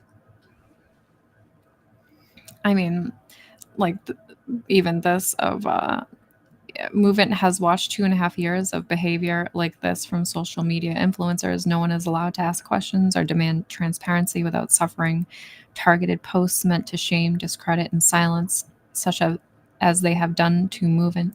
This is a CEO who remains silent while others attempt to silence those raising legitimate questions. This is not transparency. This is narrative control. I mean, not wrong, but not I don't know wrong. what it has anything to do with the. But is that a legal argument? I don't think so. But I mean, then again, I have no idea. Maybe, you know. I have a feeling this bankruptcy is going to turn into like the AMC shareholder litigation, and it's going to be an absolute train wreck. Oh, I mean, it already is. Like, it already is. They're already paying $60,000 for share intel. Right, for the year. Like, why? No, what I mean is like you're going to get a bunch of these individual shareholders filing stuff onto the docket just because they can, and it becomes a clusterfuck to actually administrate the lawsuit. I mean, there's already like 50,000 proofs of interest, you know. It's like right, but all they're doing is posting littered. proof of interest. They're not actually like, so far we have 2 right now, but I mean, I don't know if you remember the AMC litigation, but there was this constant inflow of letters requesting the judge to do stuff.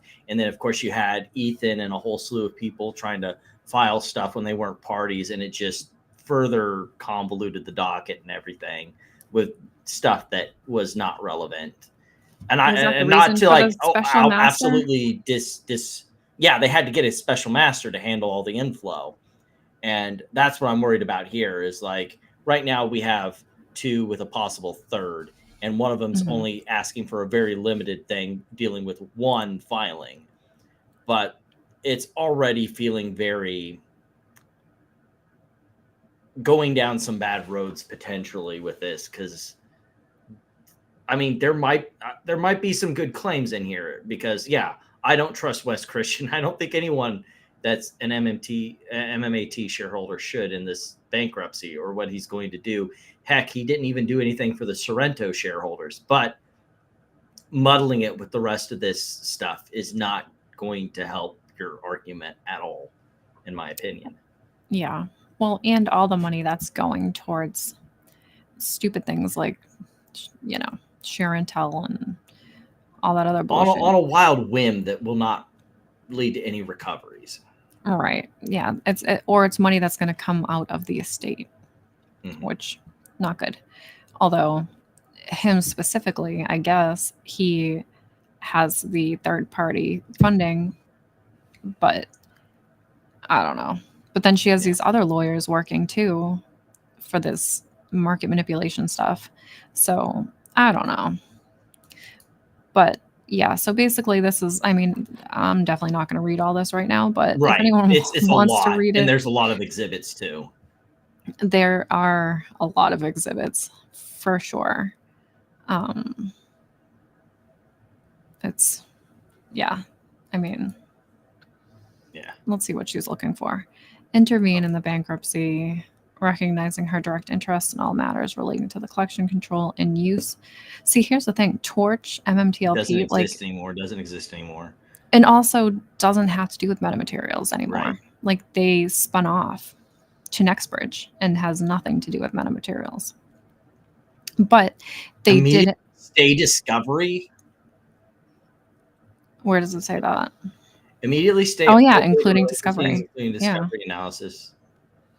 Subpoenaing third-party investigatory materials. Disqualify Christian Hartman. Yeah, Jennifer's really, she's made it very clear that she wants discovery. For the record, all filing stipulations, protective orders, discovery. That's not happening. Declare void and no effect the filing submitted by Anderson related to AIG policy based on her lack of state. What is that about? AIG policy 01-274-25-26. That's like D&O insurance, I'm pretty sure. Bar McCabe from receiving insurance coverage and indemnification. What? How did the McCabe is getting insurance money to pay for some of his lawyer fees, and that was approved through here already, which shouldn't be, but it was. I don't. Yeah, she wants the NDAs. Production of all NDAs. Appoint an unbiased. Appoint a special master. Okay, here we go. I can sort of get behind that. Yeah. Take newly appointed special master with the transfer and preservation of every document. I wouldn't. I mean, I think you cut out some of this stuff, and yeah, definitely a special master would probably be helpful here. Declare void. Remove trustee Christina Lovato. What did she do? That's a great question. I think a lot of it has to do that she's been non-responsive to some of these people, and her assistant has told people to kind of shoo. But yet they were responsive to Junk Savvy's request, I guess, when she asked. Well, do we know that for a fact? Because Junk Savvy's been talking about having all these inside connections that turned out to be not so connecty. Well, that's true. Like the judge pretty much said that he was denying the order to make them all anonymous, but instead you'd have to file and then refile to request it to be anonymous. So it wasn't. That's how it works.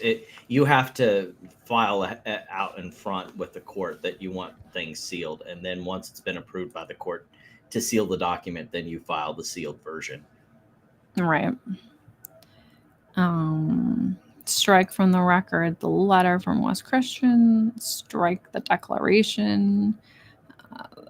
Strike some more. Strike even more. And strike every filing by. Yeah, strike it all. Oh my god. Impose sanctions. Impose sanctions for what reason? Whoa! Reset the entire bankruptcy proceeding. That's not happening. That is not happening. This is ridiculous. I mean, you don't get what you don't ask for. So if I had wishes in one hand and shit in the other, which do you think's gonna fill up faster? Like, this is what I have problems with pro se filings, is they think that a court can just gimme everything I want. Well, she's citing other cases here. Due process. Wait. Due process requires meaningful opportunity to access and respond to the evidence. I would need to see that, what that citation is in reference to, because it's all well and good to cite things, but unless you know what the relevant law and situation of that citation can be absolutely worthless.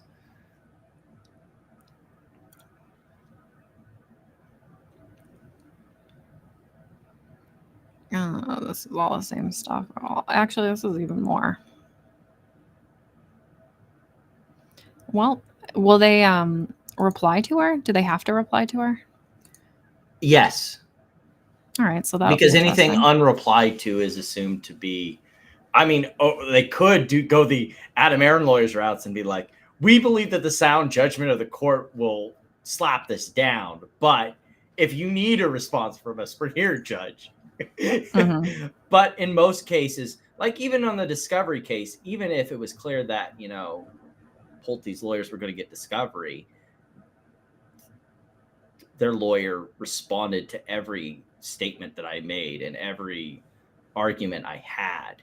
So that's usually what you do as a lawyer, because anything that, if someone makes a claim and you don't respond to it, it's assumed that you don't oppose it. That's general law. So you're going to see a response. I almost guarantee it. You're going to see a response to all those claims, no matter how ludicrous they seem. Well, that should Look, I be think the interesting. motion to strike is fair. I would agree absolutely. with I would agree with the motion to strike for Jen. That was 100% warranted. And for her Wait, too, were we because not- he was talking about both of them. Oh, both of them? Okay, then yeah. Yeah. In both cases, I'll take the motion to strike.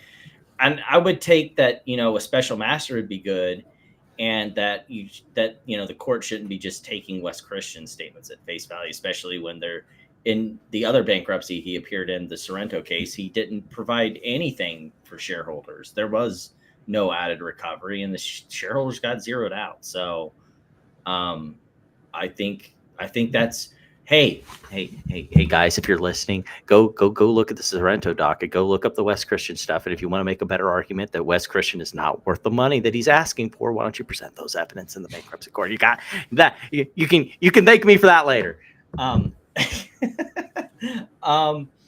So yeah, I wouldn't mind there being more scrutiny for Wes Christian. However, most of this is not going to be granted. I can almost guarantee it.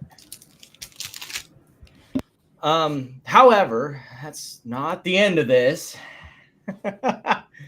We are apparently Monday we'll be receiving Scott Troud's entry onto the docket. So we'll get another filing. And this is what I mean. I think we're going to see a lot more of the Scott Troud coalition, for better or worse, appearing on the docket, giving their opinions on the current proceedings. So he said Monday, I'm asking Judge Barnes to make sure Wes ain't no Christian. Look, I'm not so sure about the Christian one, but Greg Drywell's McCabe. That is a great. I also like that, much like myself, I like giving nicknames, and I appreciate Scott giving us some nicknames to go with here. So yeah, apparently we'll be seeing stuff from him soon. That'll be interesting. I don't know of what exactly filing we're going to see as far as that, but that'll be interesting. Now we're to the thing that we were talking about earlier. You had mentioned that the order on the there it is. Order on motion to withdraw. Yeah. Was granted, correct? Yep, it was granted. I'm kind of So surprised. he is a defendant without representation. But the state, the DOJ was trying, in their response said that it's prejudicial. I mean, I can turn my camera on, but I'm not turning the lights on because my head hurts. But Well, that's fine. So they said it was prejudicial because, I think basically, in layman's terms, they waited for this appeal and now it's here. They're ready to take it back, and now his lawyer's there. Well, not just that, but a lot of some of it that they went into, I think, let me check here, was the fact that they threatened delay the proceedings, Respectfully, court. Okay, where was it? I remember seeing it. I'll light up on my. Oh yes, this here. Remember back in January when he was making threats about witnesses and investigators and stuff like that? That was their chief concern. Right. If he doesn't have legal counsel, who is going to enforce their client to obey the orders of this court to not be a dipshit? Right. Well, ChatGPT apparently. Well, according to him. Yeah, sure thing. Cool, bro. You know, but like he's the only one talking. I would actually be curious because I mean, this is going to affect all of them, not just him. I mean, yeah, he's got some other stuff going on, but this is, I mean, going to take them all back. Mm-hmm. Well, and we also got a status report update in the appeals case where basically what this is asking. They're like, okay, it's time to go. They admitted the filing in Coffeezilla. Yeah. Coffeezilla, that's what it was. Is basically they don't think that it has any. It doesn't really change the fact the interpretation for the appellate court on this. But what they want to do is that both them and the government. Wait, who filed this? This was filed by Rosen, which is his last attorney that just left. So apparently he still is attorney for the appellate, but apparently not for the lower case. So maybe that'll change that. He'll come back if this gets remanded. But they're basically saying that they want to that both his counsel and the government has agreed that they would like to be able to file a supplemental brief based on the newest Supreme Court ruling. So both sides will give their opinion as to how the Supreme Court ruling in Coffeezilla affects the case, and I think that's fine. If it's both parties basically getting to make their best argument in front of the Fifth Circuit as to how the case is relevant, we'll get to hear some understanding as to that, because we've been batting back and forth last week about what this will have to do with the case, and it would be nice to get actual lawyers' opinions as to what is going on there. Let me see, where were we next up?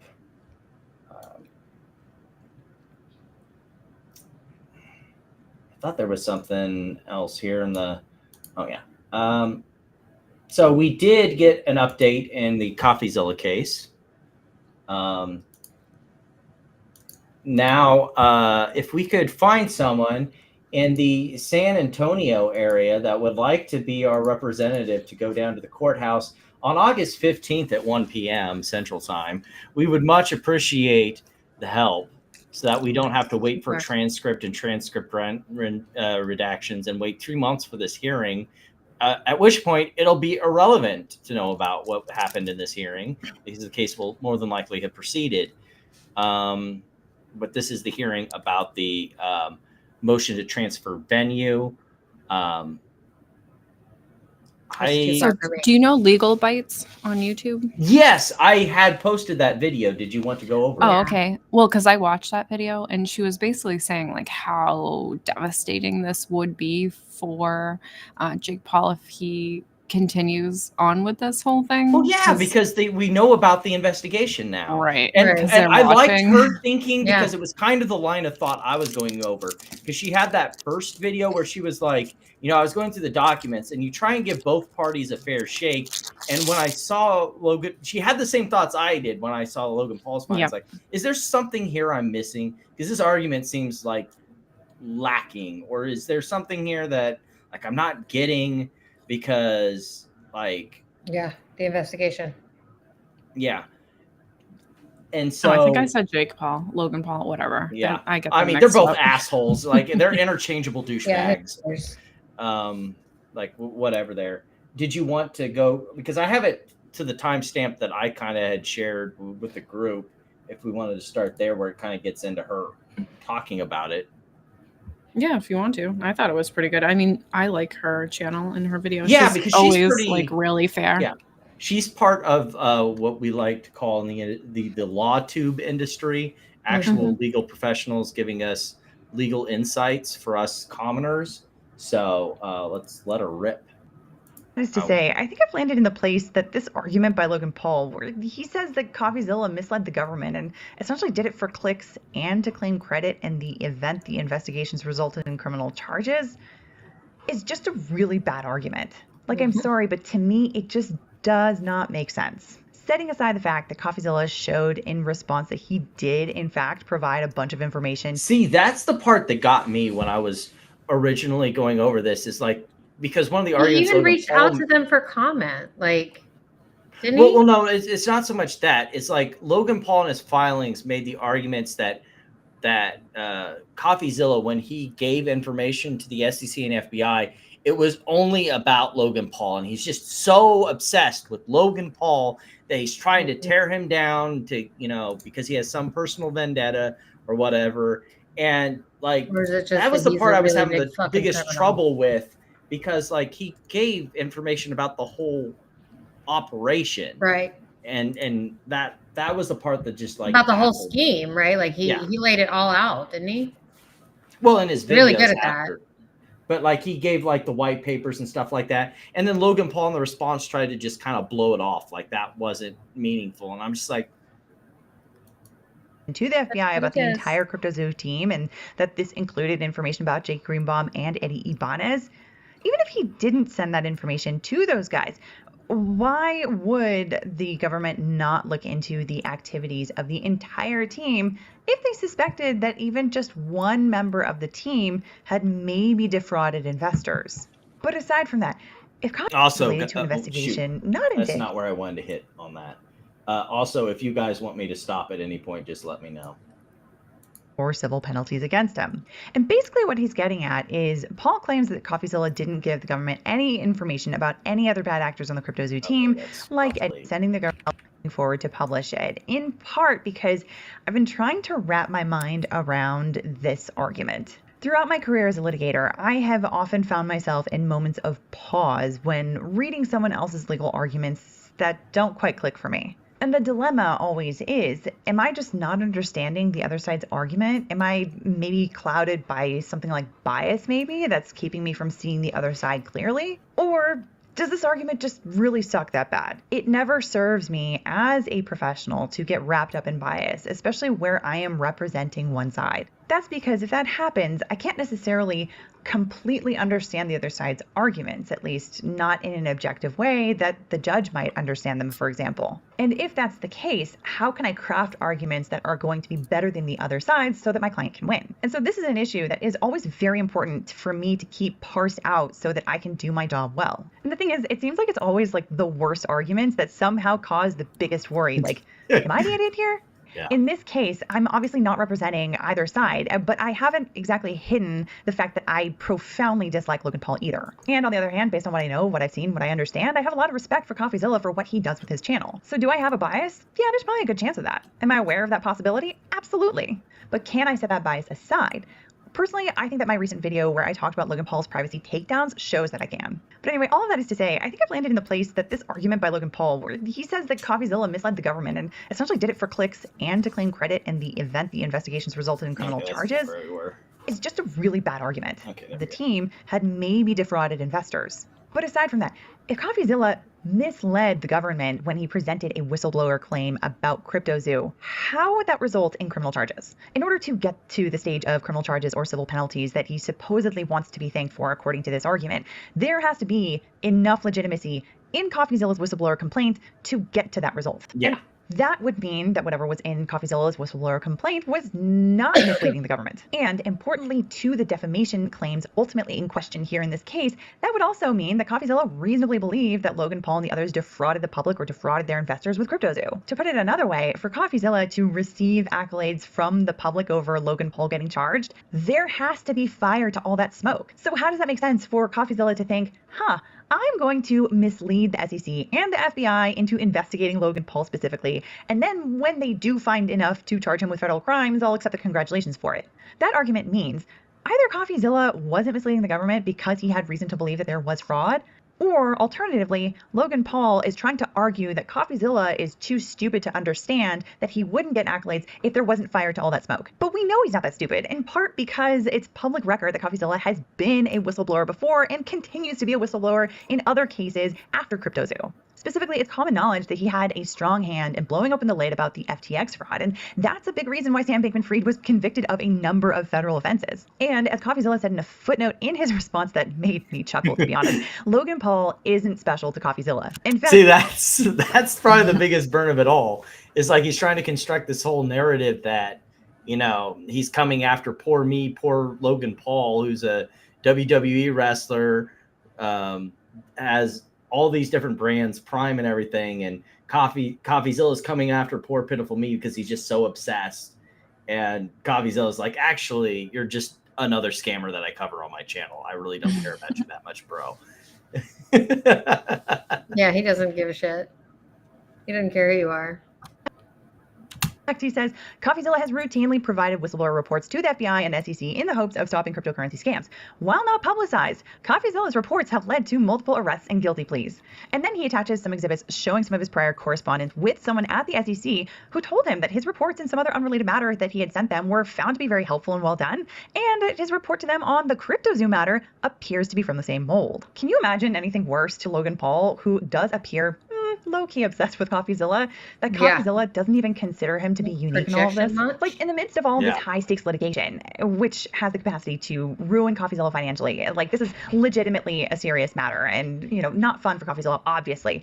But in the midst of all of that, Coffeezilla is able to still underhandedly just, like, insult Paul in this way. And the fact that this kind of insult is delivered through a footnote just emphasizes the point that it's not even worth saying in the body of the pleading. Logan Paul just isn't special enough to dedicate that kind of real estate. I'm sorry, but there's just something a little bit poetic to me about all of that. Anyway, so that's the bit about the fight that's going on about what Coffeezilla's communications to the federal government through his whistleblower complaints actually mean to either side. And also, even if the FBI and SEC chose not to investigate, that's still not relevant for, like, defamation. Like, if you make a filing to the government, that in and of itself isn't necessarily proof that you're trying to destroy someone. It could very well be that you legitimately think a crime occurred, but maybe there wasn't. Remember, we also have to remember that Logan Paul is a public figure, so he needs to prove actual malice. That Coffeezilla willfully or through rather blatant negligence willfully decided to attack Logan Paul with false information to damage his credibility. That's the standing when you're that's the high bar you have to reach when you're a public figure. And that I think is why Logan Paul is having this problem where he's having to try and make it, oh, Coffeezilla is so obsessed with me, when that's really not the case, because he's got to get to, like, even if Coffeezilla said something that wasn't true, it isn't enough when you're a public figure. You have to prove actual malice. And even if Coffeezilla's reporting wasn't airtight or, you know, isn't the way that Logan Paul thinks it was, or the facts aren't exactly maybe how things played out in these investigations, was there any actual malice by Coffeezilla? And I think you have to say the answer is no. I mean, unless either one of you disagree with that. Well, he didn't say anything false. Right. I'm saying, but even if he had, was there any actual malice from Coffeezilla? And I don't see where you get that to that threshold. Like, even assuming he did say something false, where is the Wait, are they doing a change of malice? venue to get this out of the Fifth District? No, it's still in the Fifth Circuit. The circuit I'm in? Yeah, it's still in the Fifth Circuit. Right, but are even if they doing move the it. change of venue to get it out of there? No, because they're just moving to a different circuit court in Texas. It would still be under the Fifth Circuit. Okay. Then there's the SEC and FBI investigations that resulted from his whistleblower claims. Logan Paul doesn't really talk about this in any of his filings, other than to say that the SEC closed out its investigation, which he argues means they found no wrongdoing. And he says that all other federal investigation is based. Legal Bias doesn't get into this, but we talked about it last week that Well, I think she did actually. Let me give basically dormant and has gone nowhere, which he says means basically the same thing. No wrongdoing. But Coffeezilla happily goes into detail about what happened with these investigations and obviously has a different take on it. In fact, he gives a whole timeline of events to show his various conversations with members of the CryptoZoo team, as well as with the federal government, to show what he knows and when, which is relevant to what he knew when he made the statements that he did. For example, he says that on October 19th, 2022, he made contact with the FBI and provided information about the whole CryptoZoo team. Then he says that on October 23rd, he submitted an initial whistleblower report to the SEC. This report, he says, suggests Paul and the CryptoZoo team recklessly caused millions of dollars in damages. Then, just a couple days later, between October 25th and the 27th, he says he received the CryptoZoo founders group chat and meeting notes from a confidential source revealing intentional market manipulation by all of the founders, including Paul. And he says he immediately notified the FBI of this new information and provided the evidence once he ensured his source's confidentiality. Anyway, then on February 13th, 2023, he says the SEC reached out to him asking if he would speak with them on a voluntary basis in connection with the investigation. Then, the next day, a bunch of stuff happens. For one thing, the SEC issued a formal request for documents regarding CryptoZoo and Dink Doink. And in response, Coffeezilla submits supplemental information to the SEC and FBI to include a more thorough analysis. And on the same day, Logan Paul receives a subpoena to testify regarding CryptoZoo before a grand jury. And not only that, but the Central District of California issued an amended search warrant for all of Paul's electronic devices for evidence of securities fraud, wire fraud, money laundering, and conspiracy related to CryptoZoo. And it goes on. Then on March 7th, the SEC subpoenaed Paul for information related to CryptoZoo and other alleged crypto scams Paul has been involved with, including Dink Doink. Then on June 10th, 2024, Paul was deposed in the SEC investigation. After that, on March 14th, 2025, Coffeezilla says that with the change in presidential administration, there's also a change in policy at the SEC.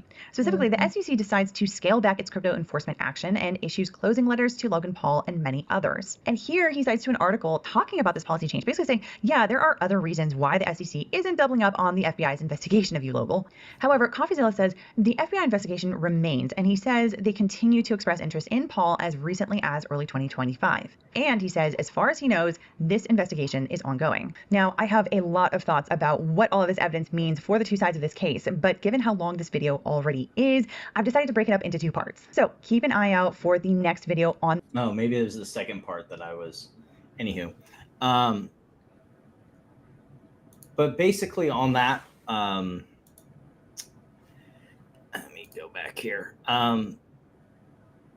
We know about the SEC backing out. We talked about last week, and we talked about that he's using it in the defense in the class action lawsuits. So, like, I'm not,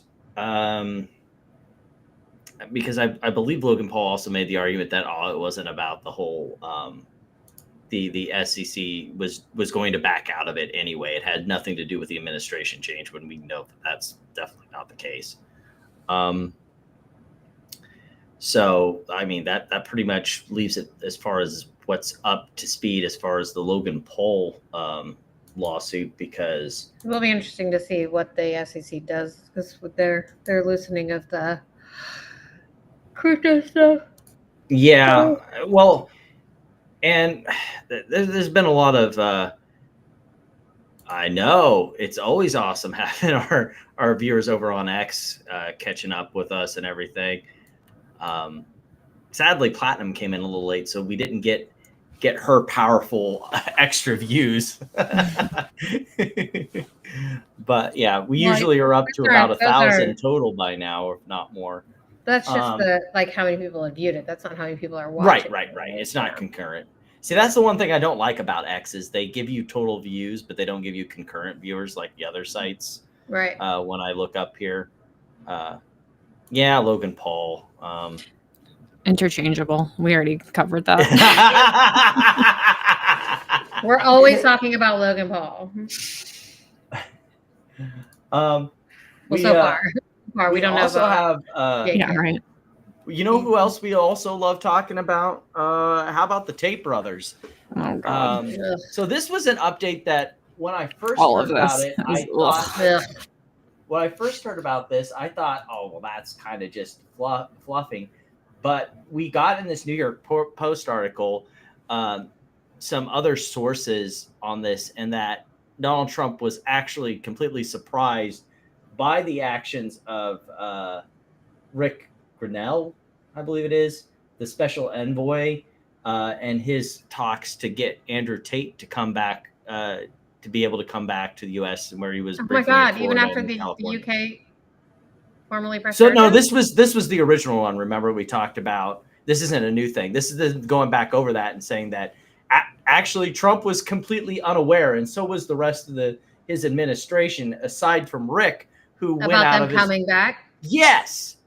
Which Oh, at first I thought, oh, that's just Trump trying to deflect. But yeah. no, we have this New York Post article that came out on the 5th, basically saying, yeah, the entire administration was surprised by this. They were not aware that Andrew Tate was going to be coming back to the United States until it happened.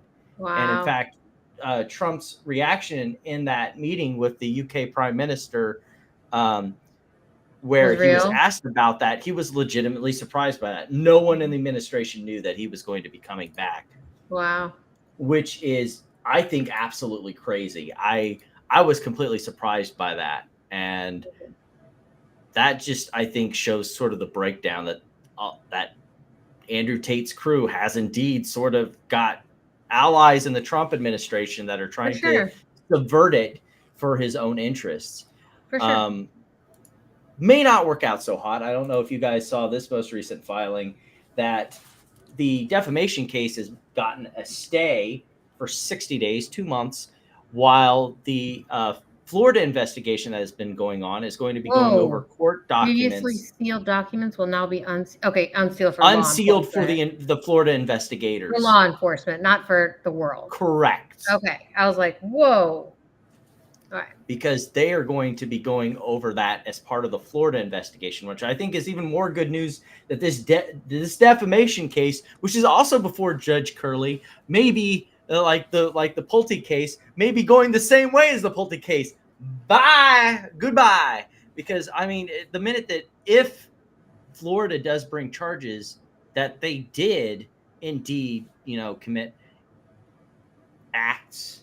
I mean, we've got the Romanian case, we've got the UK case now possibly a Florida case that I don't see how this defamation lawsuit survives once you have a criminal case in the state of Florida accusing them of all the same things. That seems like the death blow for that sort of thing. We also get a little bit more context as to the why.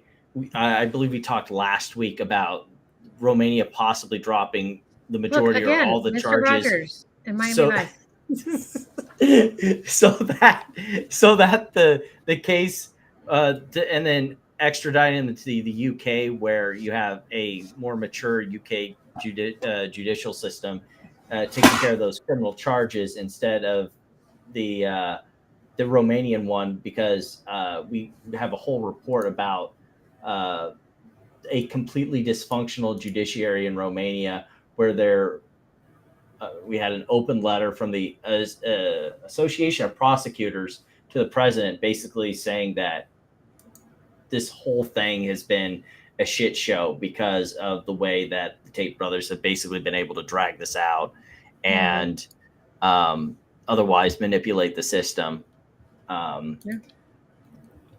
I know this was kind of away with it for a long time. Yeah. And I think that's why, as much as, maybe it'll be better because, it's been stayed and we may have this Florida investigation. So that may lead to criminal charges in Florida, that maybe this whole defamation thing isn't as much of a risk as we thought it was. If the Romanian case dissolves, they get transferred to the UK, and you also have the Florida charges. So they can't exactly escape justice.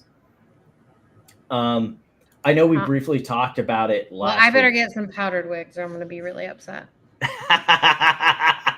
So apparently, if you want to be part of Andrew Tate's university, bottom tier went from $50 a month to $100. Not the $200 he promised, but apparently them legal bills be expensive, bro. Mm-hmm. I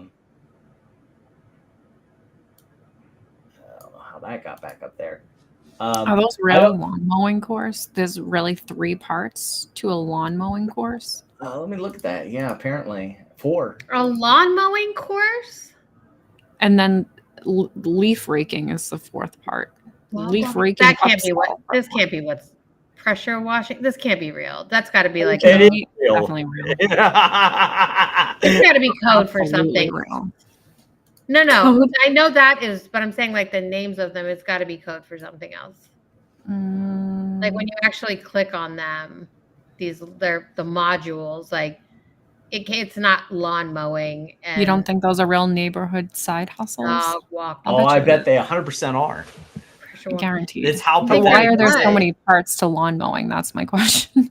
So you think that this is a module to tell, like, show men how to go out and do these, like, Yeah. or You do not understand the level of incel that makes up Andrew Tate's clique. I don't think. I can't. Exactly. It 3 can't be videos real. on Like dog it can't. walking. This can't be what it is. It's got to be Pressure like when you washing. click on it. It's like, here's how you're gonna get bitches. Like it can't be. It can't be. It can't. There can't be 3 modules on dog Snow walking. shoveling, not even like a snowblower. Yeah, Like I this is know. shit that you like. This is like shit you talk to your teenager about. You're like, Literally. you want to start babysitting and make some money. Well, Like that's all about this manly man culture. We got to make our men real men. this is That not means they- manly men. I mean, their job, so like that's good, right? They're Making jobs money that and doing teenagers something. do. Well, their jobs that They're jobs that like anyone- you would like your teenager would be like, "Hi, Mrs. Crowley, can I mow your grass for $20?" landscapers are real people that do This real isn't things. landscaping. This is lawn mowing and dog Look how many walking. videos though. That's a landscaping company. But it's not like, here's how you start a landscaping company, and I'm going to talk to you about. I know, lawn mowing courses. We got one last thing on the Andrew Tate train. So apparently he had a citizenship and one of those golden passports where you pay money to get a citizenship in a country, so that way you can go disappear and hide from everyone. Vanuatu is an island in the Pacific that gets golden passports, where basically to be a tax haven, where you go and say, "Oh, I'm doing business there, so I can avoid American taxes," or whatever country in question, because they don't have. Now I want to know where this is. Tax, they don't have capital gains tax and stuff like that, and so, basically, Vanuatu, that passport Andrew Tate country in Oceania. Yeah. I mean, it looks beautiful. Where is this? What is this? Mount Yasura is there. Champagne Beach. It's in the South Pacific Ocean. It's a South Pacific Ocean nation made up of roughly 80 just north of New islands Caledonia. that stretch 1,300 kilometers. And with even less Andrew Tate happening, which makes it even better. Well, not so much. So they were talking about it, and then they decided that they are not going to revoke his citizenship. Oh, forget it. Okay. Yeah. They said if they had known about it when they had issued it, they would have denied it. But, it's really bad for your business when 20 or 30% of government cash inflows come from them selling these passports to rich people. And it would look really bad even for how bad Andrew Tate is to suddenly just revoke a passport, because that'd be really bad for their business of selling rich people passports to dodge taxes. Wow. Has anyone heard of a language called Bislama? No. You have, Platt? No. Oh, okay. That's what the official language is Bislama, French, and English. The whole population is only 320,409. So this was originally supposed to be my stupid tweet of the week, but I think I'm more interested in what that is than what you're talking about. Sorry. We'll double back over. I want to go first on stupid tweet of the week. Well, this isn't a stupid tweet of the week. I just want to double back. Does anyone know about this whole? Yeah, it's G-Bucks. It's ham. Ham the short. How did that special dividend work out? What is give bucks right now? SBET? How did that work out for them? Was there a squeeze yesterday? Let's go check in on that. G-Bucks and SBET are two different things. Oh, GBUX. Okay. Sorry. Yeah, GBUX, and then SBET is a different one. They're just ham scams. That like they just are. Oh, hey, funny. Hey, you want to guess what happened on the 5th when the whole special dividend happened? It went Nothing. down. You don't say. What was the special dividend? They're Oh, look at warrants. The special What do you mean dividend for was the $4? option to be able to buy shares at a discount. for $4. Wow. It's always going to go down. Oh, look at that. Boom. Done. All right. So, yes, it is indeed time for Stupid Tweet of the Week. Yes. Let me close this up. My head is killing me, but I'm so excited. I hope you didn't have my pick for Special Tweet of the Week because I think if I remember correctly, you were in some way involved in it. Is it a baggie or is it a famous person? It's a baggie. Okay, then it's not going to be the same. Okay, so you said you had yours? Hang on. Yeah, let me grab it. All right, I'll let you go first once you get it set up. All right, hold on.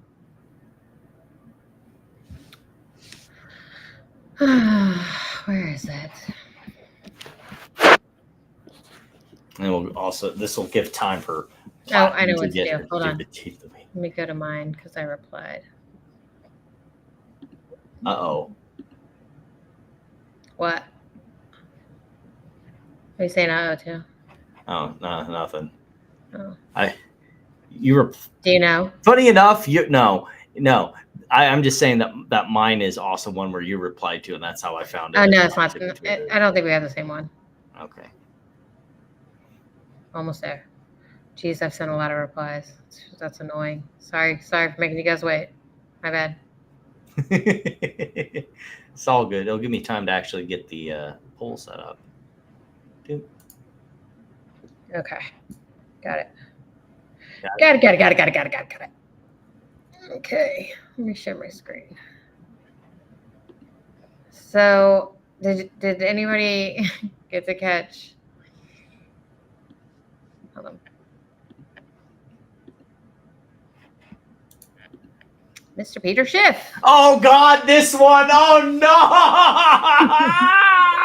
So he went on a little rant. Oh my God! And I forgot about this. Went like a little. Yikes. Went a little past. Not okay. So he says, FYI, pedophiles are attracted to prepubescent girls and boys. I'm not defending Epstein, but he had sex with teenage girls, 14 to 17, that had.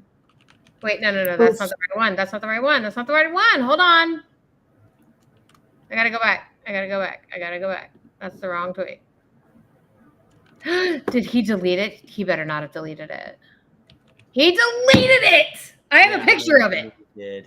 Wait, I have a screenshot of it. Has a picture of it somewhere. I have it. I have a picture of it because I thought he would delete it. Oh my God. I'm just going to vote for you already.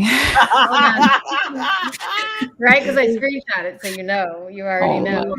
Here, I'll send it This to is you. bad. If you say something and it's, I'm not defending Epstein, but like you should Okay, probably so just. Black doesn't know, I which knew means this this is going to be The even minute better. I saw Peter Schiff pop up on my screen, it's like, I know it's coming. I had deleted it. not seen I this. knew he would. That's why I took a screenshot because I was like, he's going to delete it. And this is going to be my stupid tweet. But Normally, I would already knew it. reject this as invalid, but Peter Schiff is a financial moron. So I knew it. All right, here, I'm sending it to you. You're going to share it on your screen because I don't want to do the Okay. whole thing. Here, I just sent it in the Discord. Okay, let me save image. Internet is forever, Mr. Schiff. There's no escape. I was like, what am I reading? This isn't the right one. Because I was reading it. Look at the headache. But yeah, that's not the right one. But I have the right one. Browser. Okay, so let me get it set up here, and I can switch to that, and boom. I'm not saying it wasn't a crime. Well, I'm just saying it's not pedophilia. When I was in college, I had sex with my underage God. girls. That doesn't make me a pedophile. I was like, well, Jesus. I guess that's enough internet for today. But yeah, and he has subsequently deleted it. So I bet. I mean, duh. That's actually So a many crime. people like send it to me. Like my texts were going off, my signal was going off, everything was going off. They were like, "Oh my god, oh my god!" Oh my god. Yikes! I was like, All right, Platinum. so What do you- bad. Like it's not even a baggy, right? Like that literally is the stupidest tweet of the week. Good luck.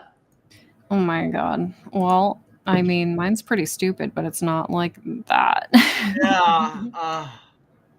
I did mix it up a little bit. I've never. Oh, Hold on. dang. Oh, pang. It's exciting. He said all I can think about is bathwater and Bed Bath and Beyond. Gross. Those soap bars. So, do you guys know about the soap? The Sydney, how she's like No. selling soap No. that has part of her bathwater in it, apparently. Why? You guys didn't know about that? Yeah, okay. Why? I don't know why. Why not, I didn't guess. hear There Your is eyes always are a too far market for apart. scamming thirsty guys. Yeah, so those soap bars were $8, now being sold on eBay, an alternate market as $1,000. Well, this is okay. Anyways, so we're the class 6 bonds, 2044 bonds. They were $8 to $10 each. They'll What be is going this? for $1,000 each. PCO. Oh my god. Does not follow. You don't think? Like, how do you even make that correlation? Yeah, it's all I have on my mind. Call me nuts if you want. Yep. Yeah, well, I'm gonna he made sell that my connection because AMC. I'm all gonna he try to has sell on my his mind AMC is the coin on fact he's eBay for never like gonna get 30 laid. grand. Don't do that. Don't sell it. Keep I know, it right? forever. Priceless. All right. I mean, it's not, underage Yeah. sex, but it's I bathwater. don't think I'm gonna beat this, but we have this bit of stupidity. To Mr. Greg McCabe, if the SEC is stalling on their NBH S1, I will allow you to sell my 11,000. Oh my God. Wow, what a baggie! NBH shares at Equinity for and on behalf of the company's benefit. All I ask is I repay $4,000 in shares. Oh my God. What? I was like, bro. Yeah, you don't here's have Amy shares? here giving us the real deets. Right? Like, do you they think have shares. They've been selling them. Yeah, like, what do you think is happening right now? Oh my! Like, goodness. you can't sell your shares like to the capital markets when your financials are out of date by 2 years. Like, is that not just common sense? Yeah. No, it's not that common. Well, yeah. Weird. The joke that we've always said in the World of Darkness community is there's a reason why they had to bump up common sense from a 1-point merit to a 4-point merit, because common sense ain't that common. Yeah, It's not common. it's crazy. Yeah, so Amy wins. I don't even Yeah, think we can no, right? the poll. I told you it's gonna be hard to beat, guys, and I'm not sorry.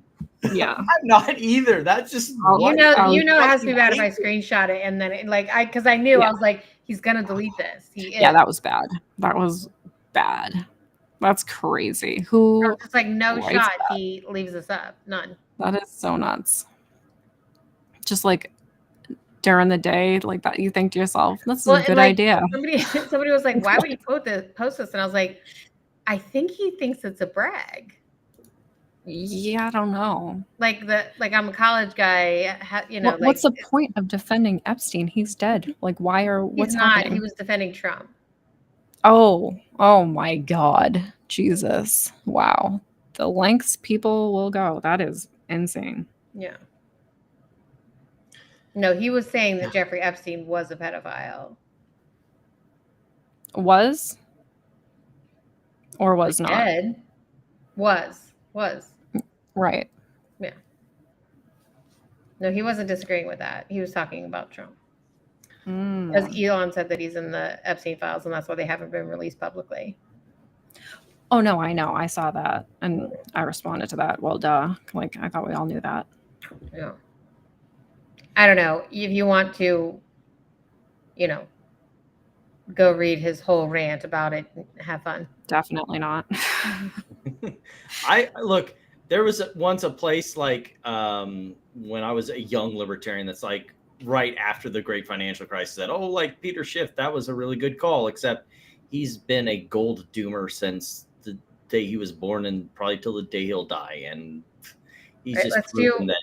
Let's do one last funny while people are voting. I just Oh yeah, I remember when you said so I just like, let me just lay some foundation for this. So I was actually watching some LawTube stuff on YouTube, and for some reason I think like I was watching a Marantz thing, and someone like gifted memberships, and it put me in there. Yeah, that happens a lot. See Yeah. Linda Reel accidentally getting one. Yeah, like the same thing that's kind of happened here. Like when Manuel, like when he sends them out and he gets them to people. So anyway, so I was going to my thing to look for one, and this is the first thing.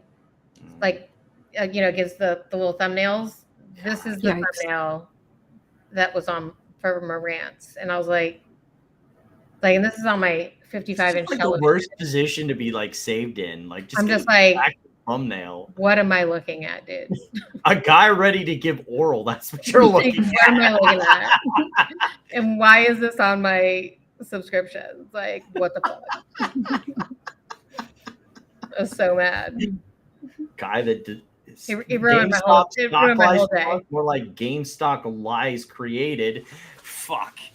I'm like, I just want to watch some YouTube, and this is what I got. I'm scarred for life. I really am. It's just not. It's not great. I mean, if we're sharing dumb Marantz shit, I mean, why not just go 2-for-1 deal? Yeah, I was like, that's a picture of my TV. I zoomed in just to send it to you guys, and I'm like, this is what's on my TV right now, y'all. Like, how much of a narcissist do you have to be like, they started the Elon DJT tweets to distract from GameStop? And your ego? I've got the truth. This was the thumbnail from the other day. I'm going to have to go over to Twitch to get it. Nope. Rubbing my Hex has one too.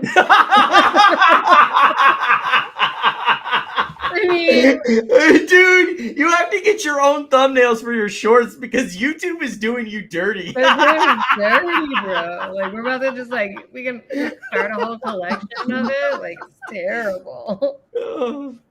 I can believe it. That is just, he looks like he's about ready to die, or he is horribly stoned down the crack pipe. No, rubbing my Hex said I think he was sick and coughing.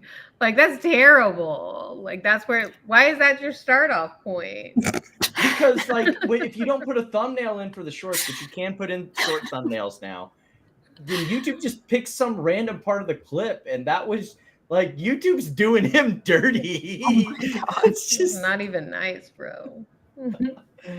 Anyway, so Amy wins by vote and by default, because I don't think you can beat that level of stupidity. Absolutely. Any closing thoughts, Amy? I mean, the comments on it were gold. Like, I bet. Someone was like, bro, stop self-snitching, and the myriad of the internet. I saw the backhoe one. Yeah, the myriad of the internet was just on fire. I know. Thanks for tuning in. Yeah. Thanks for letting me be in the dark so my head doesn't hurt.